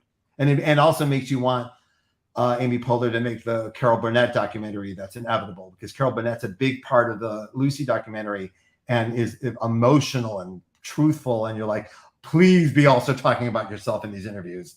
Please tell me you're also making the Carol Burnett documentary. Well, thank God she's doing as many podcast interviews that she does, because I've heard her with Mark Malkoff, the guy who does the Johnny Carson podcast, it's wrapping up, but another great interview podcast with a lot of nerd show business stuff. And I gushed when I got to see Mel Brooks on stage at the Chicago Theater. I also got to see Carol Burnett, and I'm really glad I did, because they're geniuses. And much like Joan Rivers, she is very deserving. I mean, there's a great Joan Rivers documentary, obviously, that was made. Yeah, that's a great one too, by the way. Yep, Great one. absolutely, man. It's also a great one about the writing process. It gets into like her writing and her very particular writing process. I really appreciate it. No, she's truly, again, these two especially, they're amazing. You know, Mike Campoboso, the guy I mentioned that he and I do voices on our Oh Yeah podcast, he wanted to know if you saw the Gilbert Gottfried documentary. I don't think I did. It's on Hulu, or it was on Hulu. I don't know if it still is or not, but it's really good. I must not have. I must have like been saving it, and it slipped my mind. It sounds wrong of me. And I'm also saving the Norm Macdonald special for like when I'm ready. So good. I know. Good. I need you know my relationship with death. I just need to be in the right headspace to it really, it kind of is a living memorial, and you know, for lack of a better word, and and also the interviews they do afterwards with the comedians that were close to him, and it's amazing. And again, there's another guy that I'm very lucky, man. I got to see Norm live, and and Bill Hicks. I got to see Bill Hicks in the 90s, which was amazing.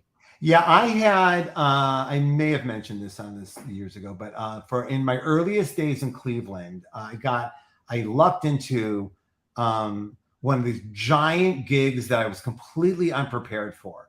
And it was like there was a job board at school, and they would we're looking for an illustrator for this or that and this, and I would grab everything I could even remotely come near of trying to accomplish. I would run for the gig. And this one, the Cleveland Improv downtown in the Flats, they wanted to have murals all over the walls of all the famous comedians, like a Mort Drucker kind of, but they said they're the Cleveland's version of it, right? So I convinced them to hire me to do 6 or 7 giant murals. I was doing caricatures at the time for a living. That's how I actually paid my bills. I was doing bar mitzvah characters. So I would do characters of every comedian, every comic voice. And I think it was one for every decade of comedy. And they all connected into triptych. And for years, the back walls of the Improv was my giant framed pictures on the walls for a long time. And I got paid money, and I also got paid in meals and shows. And believe me, I was a starving comic book artist. So I could go to the Improv every Sunday for a free dinner and eat whatever I wanted. Was a huge deal for me and my girlfriend. This was big. And so what ended up happening was I got to see Seinfeld, Dennis Miller, Jake Johansson, Ellen DeGeneres. I mean, in a small club environment, sometimes they would show up to work shit out for the bigger room, right? So we were I was like, comedy nerd is having that. Like, I couldn't believe what I was being served every week. It was fantastic. That's awesome. Leandra wants to know what you think of current comics like Bo Burnham. I'm a massive Bo Burnham fan. Genius. I am not dove heavy into Bo Burnham yet. My daughter Olivia is a huge Bo Burnham fan, so I'm looking forward to getting into that. But like Lily has come to me with Bo Burnham is the shit. I'm like he is the shit. Yeah. So yeah, there's a lot of modern comedians that I really love, and comedy voices that I'm really into. Sarah Sherman from Saturday Night Live, the new Jewish phenom. Everyone. It's literally every few years, but every once in a while, a cast member comes on. Not only are they delivering the goods, but they actually change the temperature of the show, right? And she does a lot of body horror comedy, and to the point where, while David Cronenberg was out promoting his new movie, reporters were asking, have you seen Sarah Sherman's work on Saturday Night Live? She's brought body horror comedy to the mainstream. Like she's changed the writing of the show. And it's amazing. She's like if Gilbert Gottfried and Gilda Radner had a baby and I'd like to dress up like Tucky. It's just fantastic. So there's a lot of there's a lot of good comedy voices out there right now. And also in almost a confession, I will tell you that for most of my time at Marvel, people are like, "You got to listen to How Did This Get Made? How Did This Get Made? It's great." And I just didn't have the time or the air for it. And I'm now all in on How Did This Get Made. Totally all in. Love it. I'm listening to episodes from 2012. I'm like loving it. So I've been doing that with certain podcasts as well, and ones that I didn't realize. Oh, Mike says, yeah, he agrees. Sharon Sherman is wonderful. And Barucci, I put up the comment earlier, was going to bed, and then we started talking comedy, and it sucked him back in. So, Javier, all right, here, back to you now, because Javier has been begging for this question. Okay. And that is, could you please tell your Julie Taymor story about the phone call with her when you were involved with the Spider-Man Broadway musical? I won't, and I'll tell you why, because it is being written and drawn as we speak and will soon be in your hands in an official graphic novel capacity as Fortune and Glory, the musical, which is really Fortune and Glory 2, is well on its way towards you. We have 60 completed pages, and we'll be launching soon. So watch my Substack. I think you'll be very happy with what we've seen. That's great. So, that's great. Yeah. So there you go.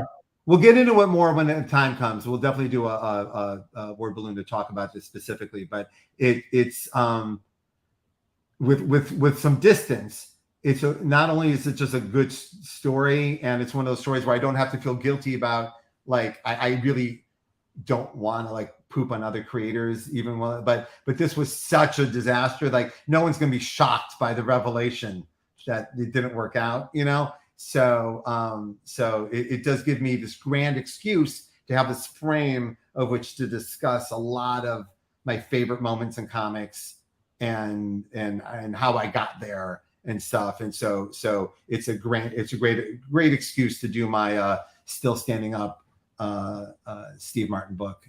I brought it back down. It's a great frame in which to hang up a lot of stories. So we'll have more information about that soon, but it is coming. And for people going, wait, why would Brian know anything about Julie Taymor and the Spider-Man musical? I will say to you that for those who don't know, and it was a secret for a long time, that 7 years before Spider-Man musical hit the stage, that's why I like it. It was years in between. I was hired as the writer of a Broadway musical for 2 weeks. It went away quickly, as I will describe in great detail when the comic comes out. But I was absolutely writing that thing, and then you'll find out what happened. So spoilers. So, Doubt wants to know, what newer shows would we recommend? Blackbird on Apple was impressive to him. Everyone's saying Blackbird. I'm excited to try that out. I haven't watched it yet. What We Do in the Shadows came back last night. Yes. It's just the highest level of genre comedy to me. Genre comedy is so hard, and particularly the people who love the genre don't want it fucked with. So you really got to hit hard and smart, and they do. And it's so impressive. So that Only Murders in the Building is back. Absolutely. And I love it with my whole heart. I just love it. What else? Slow Horses is excellent. Yeah, that's next on my list. Barry. You will not be disappointed. And that, by the way, is a genre comedy, because it really is, while being an excellent espionage story, manages to kind of have like an Office vibe to it as well. Yeah, and that's and some of the critique on Thor. I'm like, it's a comedy, guys. It's a comedy premise taken to its furthest conclusion. That's a comedy. So there's most of my favorite shows right now are these blended genres that are surprising and scary and tonal balances. I think that's what I particularly love about Only Murder in the Building. It's this tremendous tonal balance where they'll be deeply silly, like as silly as Steve Martin gets, and then right into the darkness of the murder, like just right there. And it fucking works. And that is not easy to do either. It's so impressive. and to watch Steve Martin, one of my favorite writers of all time, land another one at this stage in his life. Man. Yeah. Yeah. And I mean, I literally sit down, watch it, and I go, this is what it felt to read Cruel Shoes in the 70s. Yes. It was like, God damn, this is fun. This is weird and fun. I don't know where this came from. So my favorite single joke from Only Murders season 1 is when they're at the memorial and it's Selena and Martin Short, and he leans in on his chair and just falls off his chair. Yeah, we talked about that because you still don't know, and that's how good the show is, if he fell off his chair for real or not. Because Selena Gomez's reaction is, oh my God, an old man just died. Absolutely. So, oh my God. Yes, Mike is right. Severance is excellent. He can't wait for Severance is great. Severance is I waited till it was all ready and I watched it all the way through. Boy, oh boy. Like what everyone says. It's just, I'm with you, man.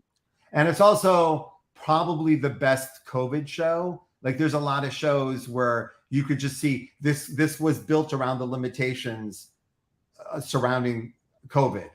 And some things look great because of it, and some things look like, where's everybody else? And this is a show that doesn't need everybody else, so it totally works. Zach wants to know some of the best John Turturro we've gotten in a long time too. Absolutely, man. Yeah, big John Turturro fan, so that was nice. Oh, me too. God, yes, me too. Did you ever see Rock? Sorry.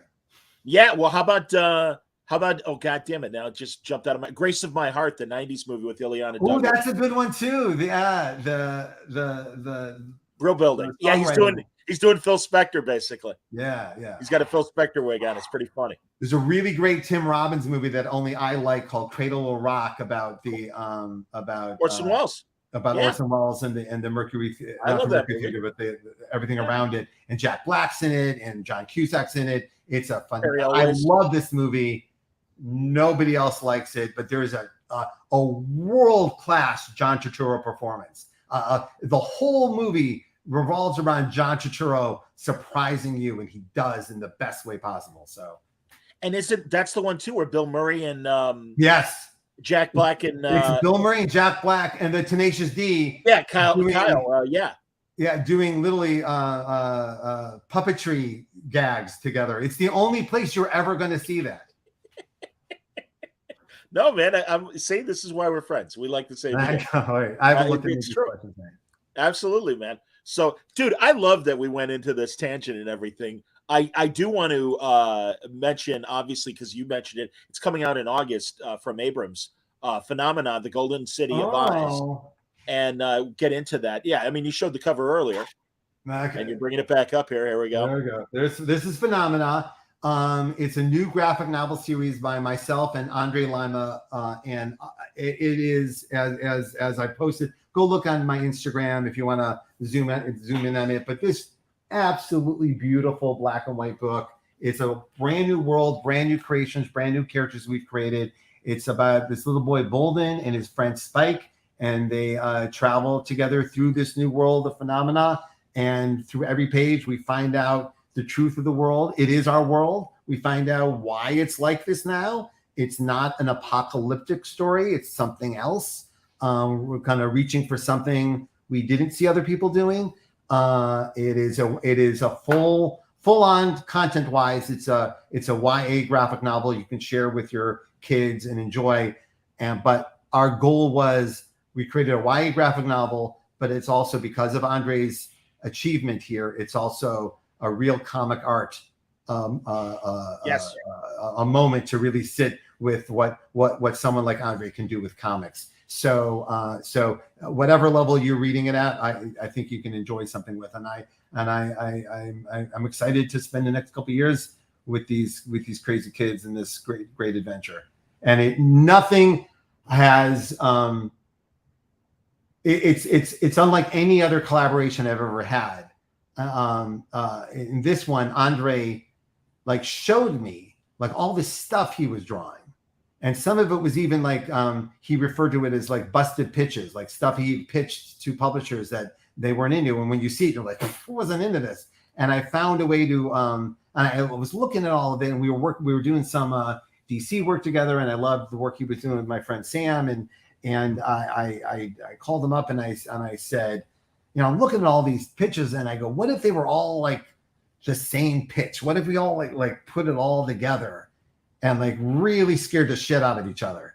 And he went, yes. And I'm like, and we went off, and that was a couple years ago, and we've been doing it ever since. And it's been delightful. And I like I didn't like some of my collaborators, I've known them for a very long time. And Andre's a new friend. And so to take this big leap with a new friend, and it's at a new publisher and a new environment and a new business model and all these things, it's why you do stuff like this. It's scary and exciting. And now here we are ready to show. Literally next week, I get to hand someone the very first copy at San Diego. Right. Like I've never gotten to do that before. I've been living with it since before the pandemic. So this is going to be crazy to share it. Well, and like you said earlier, Pryde, as we get older, and I've told this story before on the show, maybe with you as well, but I was at a Cincinnati Con years ago with Mark Schultz and Rick Remender. We're all sitting in the green room, and Mark was telling us about some of the ideas that he wanted to do, and he's like, I want to do it before I can't do it anymore.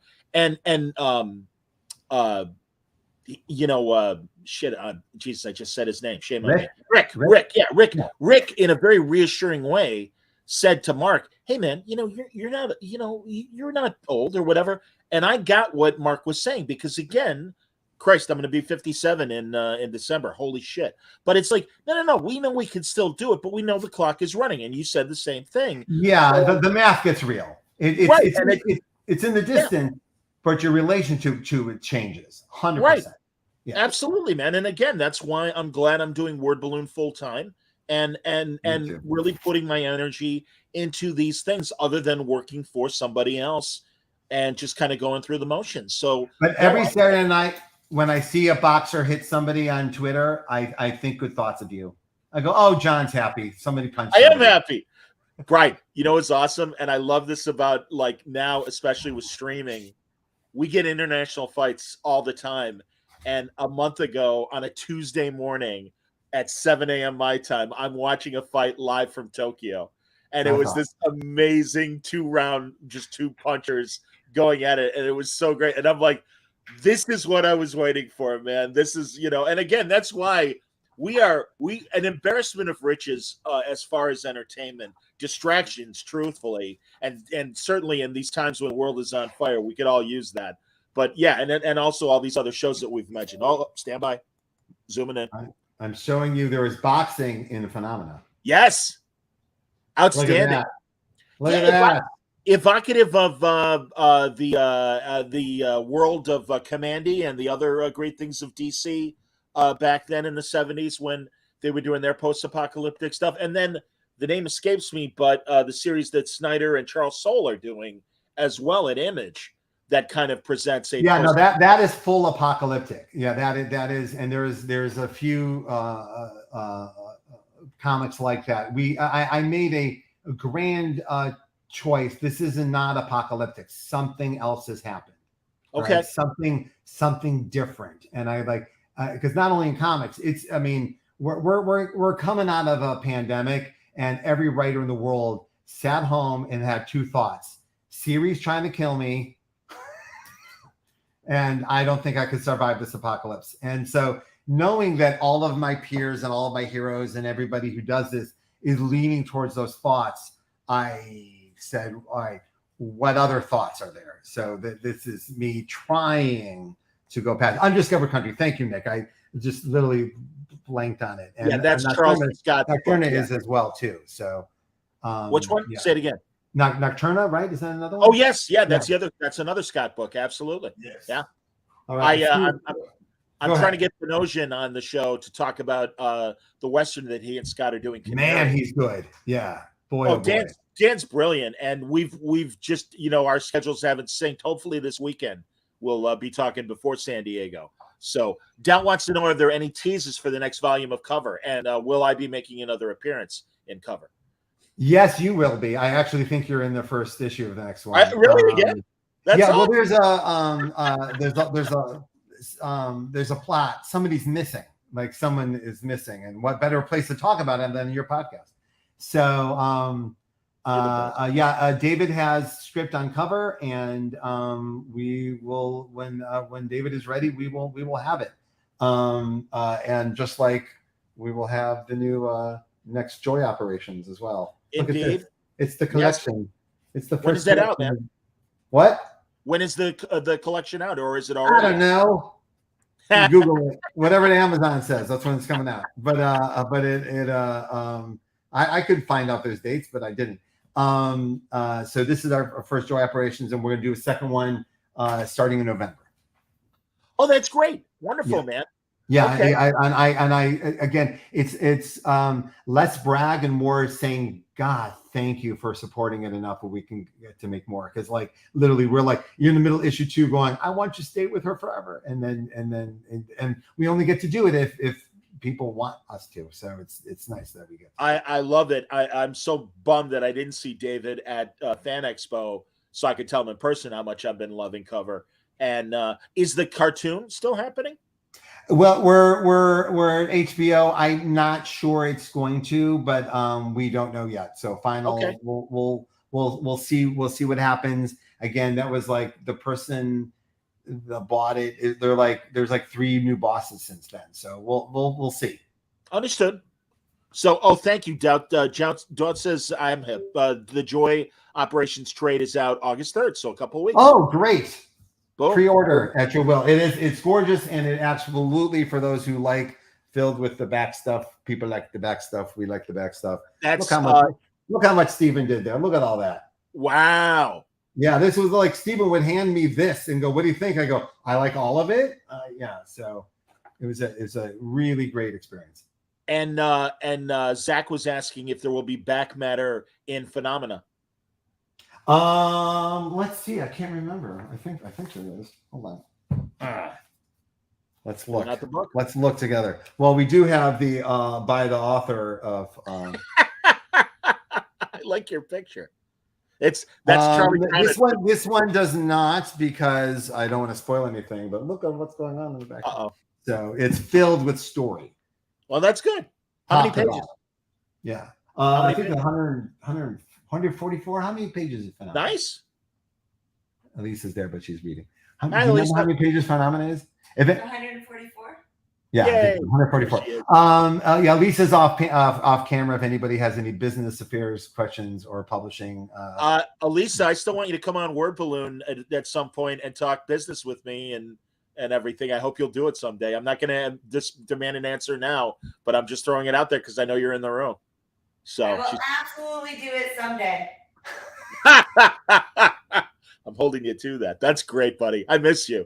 Thank you as always. You guys are the best. I truly, I was spent another day just making everyone we know feel better about things. It's really sweet.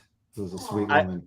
And truly, Elisa, I was really looking forward to and totally understand why you guys couldn't make it. But really, I was like, oh, this is great. They're going to be in town. Okay, we'll go here. And then I missed you. I'm sorry we couldn't come. The reality was it was going to be a lot of us sneaking away for like no kid romance and like, sorry. Okay, I get it. All right, bye.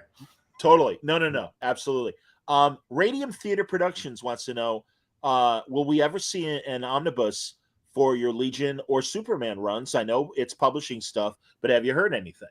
I haven't heard anything either way, and I haven't asked. It's part of it's based on me knowing the windows of these things. I'm on the hardcover to softcover format, so that adds like a couple of years to. It's a hardcover for a year, and then it's a softcover for 5 years, and then they go to like other formats, right? Sure. And that's like Sandman. That goes with anything. So sure. I don't think it's time yet. Like it's still early. So I haven't asked or anything, but I hope so. Most of the reason I was at DC was for their awesome formats. So I'd like to be in as many as possible. So I would like an absolute edition. I would like a black and white edition. I would like, I want a Legion Noir edition. I want everything. I don't blame you, man. Yeah. Now you mentioned obviously the next volume of Joy Operations coming up in November. Mm-hmm. Any word on the next volume of Murder Incorporated, United States? Yeah, that is done. So here, okay. So we got we're doing Pearl right now, And then sometime in August, we'll announce the new book, which is me and Jacob Edgar, and that's a brand new project. And Cool. We're actually getting the variant covers together right now, and they're so good. And I think, it's funny. I discovered that with brand new ideas, variant covers are very, very fulfilling behind the scenes, because it feels like Yannick Panic just did one for us. I'm like, Nice. oh, it just feels like look, it's a real thing now. And anyway, so we have some really great material coming out of that. I'll come on here and talk about it as soon as we're ready. And then right after that comes Murder Incorporated, which will be our third volume, which will hopefully, I think we're going to do like double-sized issues, because we have all the material and we can. So that'll be coming out. And that was originally called United States of Murder, Inc. We're changing the title of the entire line to just Murder, Inc. Okay. So it's Murder, Inc. : Valentine's Trust, Murder, Inc. Jagger's Dilemma, Murder, Inc. The Vatican. So we're gonna do it that way instead, because United States, murder, and corporations, 3 very unpopular things to put in the logo. Radium wanted to know, and we already did discuss it. We don't have to go over it again. That's why Rewind is your friend. He had asked a question earlier about Civil War II. We got a lot of Civil War. Yeah, I think that was as much as we went into it since Civil War. So I think yeah. Rewind, and also I do believe there are a couple of post Civil War II interviews we did here and other places that if you Google, I'm sure there's some thoughtful thoughts you can gain from all of it. And I do not only events that I have authored, but other events. Take another look at them with a little distance. I think you'll, based on what I've seen from people online, I think you'd be surprised with how you feel. You might like them more, you might like them less. You never know. Understood. Oh, that's funny. I didn't know Radium Theater is in Australia. So cool. He's watching us from down under. Very nice, man. Give our best to Tom. Still some of my favorite convention memories ever. Australia. Unbelievable moments. I love that I've gotten to know Tom and Nicholas Scott in particular. They're lovely people. Absolutely. And I miss not seeing them on a more regular basis, because truly they're 2 of my favorite people in comics, and the time we've spent has been quality time. So I know Tom thinks I'm lying, but I remember Tom bringing me the first copy of The Deep in Australia many years ago, and introducing himself and saying, I did this thing about my family and it's underwater. And I took it home thinking, wow, this one, man, look at this guy's got shit together. So I remember that. And yeah, Nicola, I mostly because of her relationship with Greg, we've had her over here for dinner, and just wonderful people. Totally. Absolutely. And Kelly and Nicola working together on Wonder Woman in our lifetime is pretty. Yes, indeed. Historia Volume 3. Yes, yeah, it's not out yet, right? That's not public, right?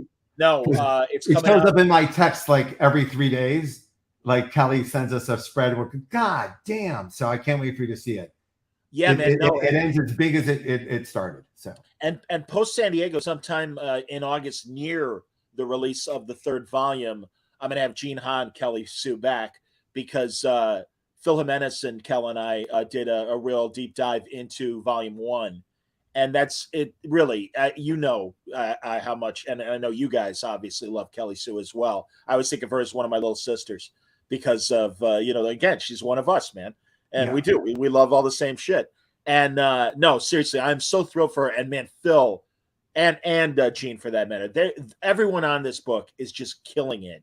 And if you haven't read Historia, it's the story that Wonder Woman has deserved for decades. It's the Dark Knight Returns for Wonder Woman, and I hope it is given that kind of publishing effort behind it.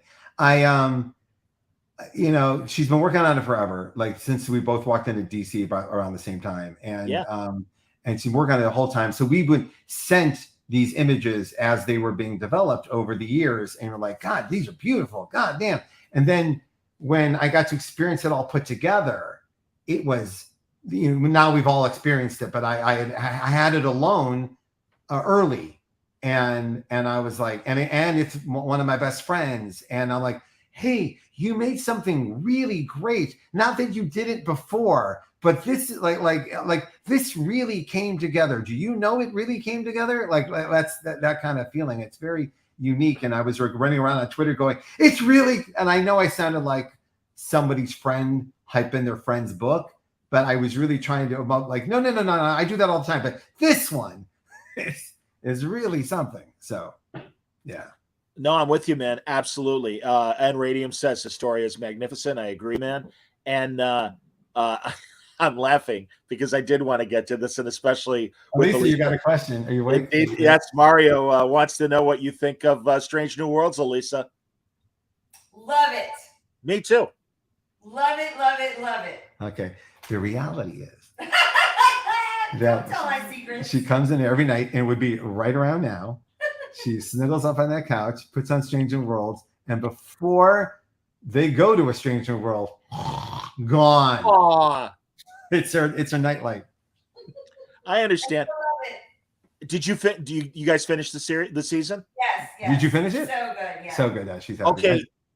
All right, both of you. I'm so bummed. I understand, and we need surprises, and we need to be shocked.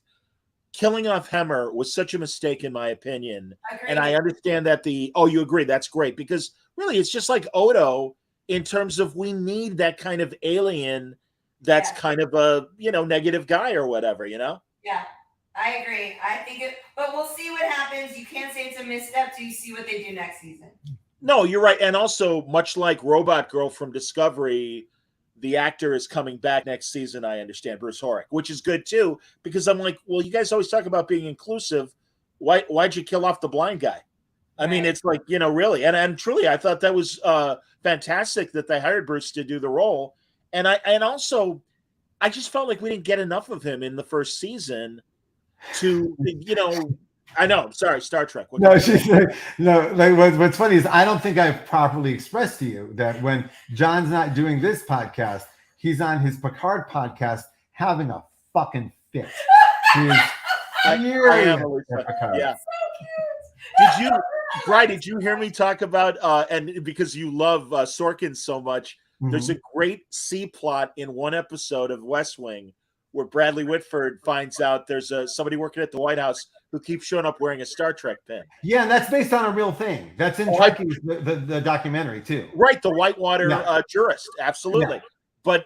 But there's that great speech that Whitford does that Sorkin wrote where he goes, about how she's such a passionate fan, and he goes, "That's not being a fan, that's having a fetish." And I am sad to say I know, Elisa, absolutely. I am in the glass house because Star Trek occupies my mind every day. Yeah, and that's great. This is I'm with this with certain things as well. Elisa's relationship to it is at a higher spiritual level, and it's very connected to her relationship with her dad, and it's all a warm hug. I remember you guys telling me good, right? And the things you were mad about at Picard made her very happy. Oh, hon, I can't wait to talk to you because that's great. I won't bore you today, but truly. I approach every episode with, and even Discovery, which drives me nuts. I'm like, well, maybe I'll like it better this week. And I do think I have that same excitement and then disappointment. And I haven't brought it up yet because I know I'm the only person on the planet who watched this show, but I have the same relationship with the Paramount Plus show, The Offer, The Godfather. So we talked about it last month, Brian. I understand. I mean, I took it as a purely a comedy, and I didn't knowing what I know about the real history and stuff. It's like, okay, that's fine, whatever. And again, I mean, I have friends that are Star Trek fans that are like, I'm sorry, I like all the new stuff, and it's like, well, that's great. I don't want to crap on anybody, but I mean, it's I think. They're wrong. Hold on. Agree. I'm sorry, Lisa. You're getting more questions. Oh, okay. What does Mrs. Bendis feel about the Orville? I'm so glad Dowd asked. Yeah, I love Orville. Me too. Well, they're doing Star Trek better than Star Trek is, frankly. Seriously, shockingly love it. Yes, agreed. And that's not how it started, right? It started way more as a goof, but I mean, it's still a goof, but it's a crafted goof. But that's interesting that he like started a show to make fun of Star Trek and then realized he just wanted to be Captain Kirk and just did it. And he like, fell right Has in. anyone else ever done that in No. pop culture? I can't think of that. No. But he was a true Star Trek fan. Oh, always. for sure. No, you can't do that shit without being a fan. Oh, yeah. Right. And hiring so many production people from Star Trek. It's like, no, these guys know how to make this. And I've heard David Goodman and Brandon Braga in interviews say, you know, we could still lean in more to the action adventure. And also, I know he wanted the original Orville to be a half-hour comedy, and Fox was like, it's too expensive. It's got to be an hour. So I do think that's why they kind of struggled on certain episodes of the first season. Five of the cast members are going to be at Terrificon in Connecticut. Kelly Bordas. We were invited. We should have gone. Yeah, I know. Oh, God, I know, guys. Yeah, so Kelly Bordas, Gordon. Great episode with Gordon this week. John the engineer. You know, it's funny because unlike a lot of us, Elisa actually doesn't talk to anybody about this. It just lives in her head and doesn't really share it with me. This is her thing. And so the fact that it's being discussed, you're like the voice in her head speaking out loud, and it's shocking her. Elisa and I both loved Farscape back in the day. So no, I get it, man. I mean, see, absolutely. That's why, bud. I was looking forward to us talking this last weekend. But again, I'll see you guys soon. The only person I've talked about Farscape to is Greg Rucka. And that's a fact. I believe it. Absolutely. No, I was thinking back to the 90s when we were dating, and Elise had said something about, I said, like we were dating for a little bit, and then it took me a while to figure out like how deep the Star Trek hole went. And I went, "Oh, sweetie, you're a big nerd." And she goes, "No, I'm not." And I'm like, "Oh, honey, you are." And she goes, "No." And I go, "What's the prime directive?" She goes, "Everybody knows that." I go, "No, nerds know that." Anyway, to this day, I stand behind that, especially back then. You're right, man. I remember when on Politically Incorrect, Shatner was a guest.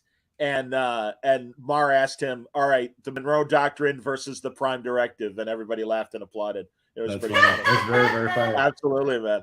So too damn funny. You're killing me. I think if we lost Zach, I think it's time to go. I was gonna say we can wrap.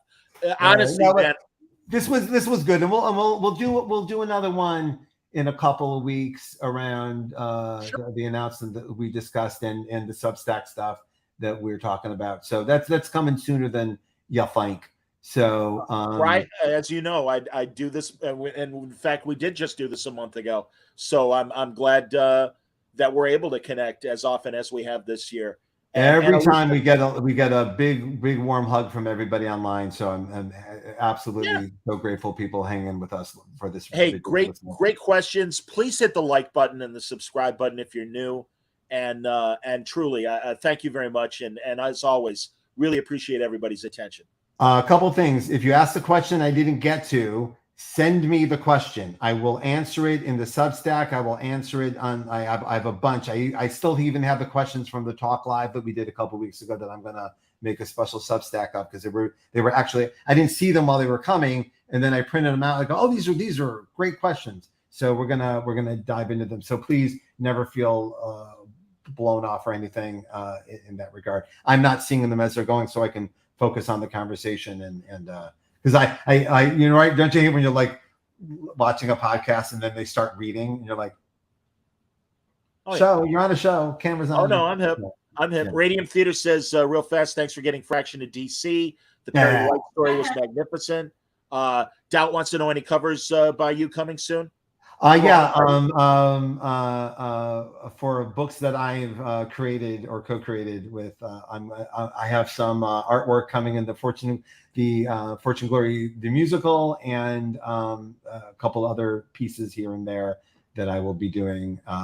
But yeah, since my Matthew Rosenberg cover, the offers have really dried up.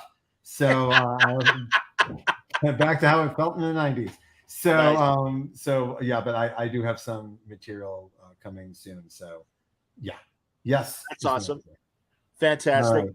All right, everybody, Great. If I can, just one more time, please pre-order Phenomena if you can. If it's in your purview to do so, it's available at any comic book or bookstore or book service anywhere in the world. You go to Abrams or anywhere on my social media, you can find a look at it. Take a good look at it, see if it's what you like. But it's beautiful, and I can't wait to share it with you.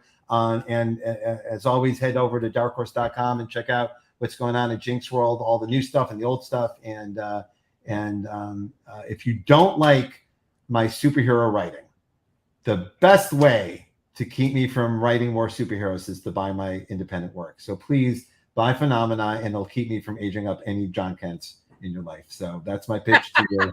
And so there you go. So please, I've been just really feeling a lot of gratitude over the last couple of weeks about a lot of stuff that's been going on. And I just wanted to, my favorite thing about doing this is I get to verbally say thank you to a group of people, because I spend most of my day not writing that on like my Twitter would be, hey, seriously, thanks. Like that's how I'm feeling all the time. So not to clutter up people's threads with my neurosis, but thank you for everything. Well, as always, buddy, thank you for always coming back and us having amazing conversations.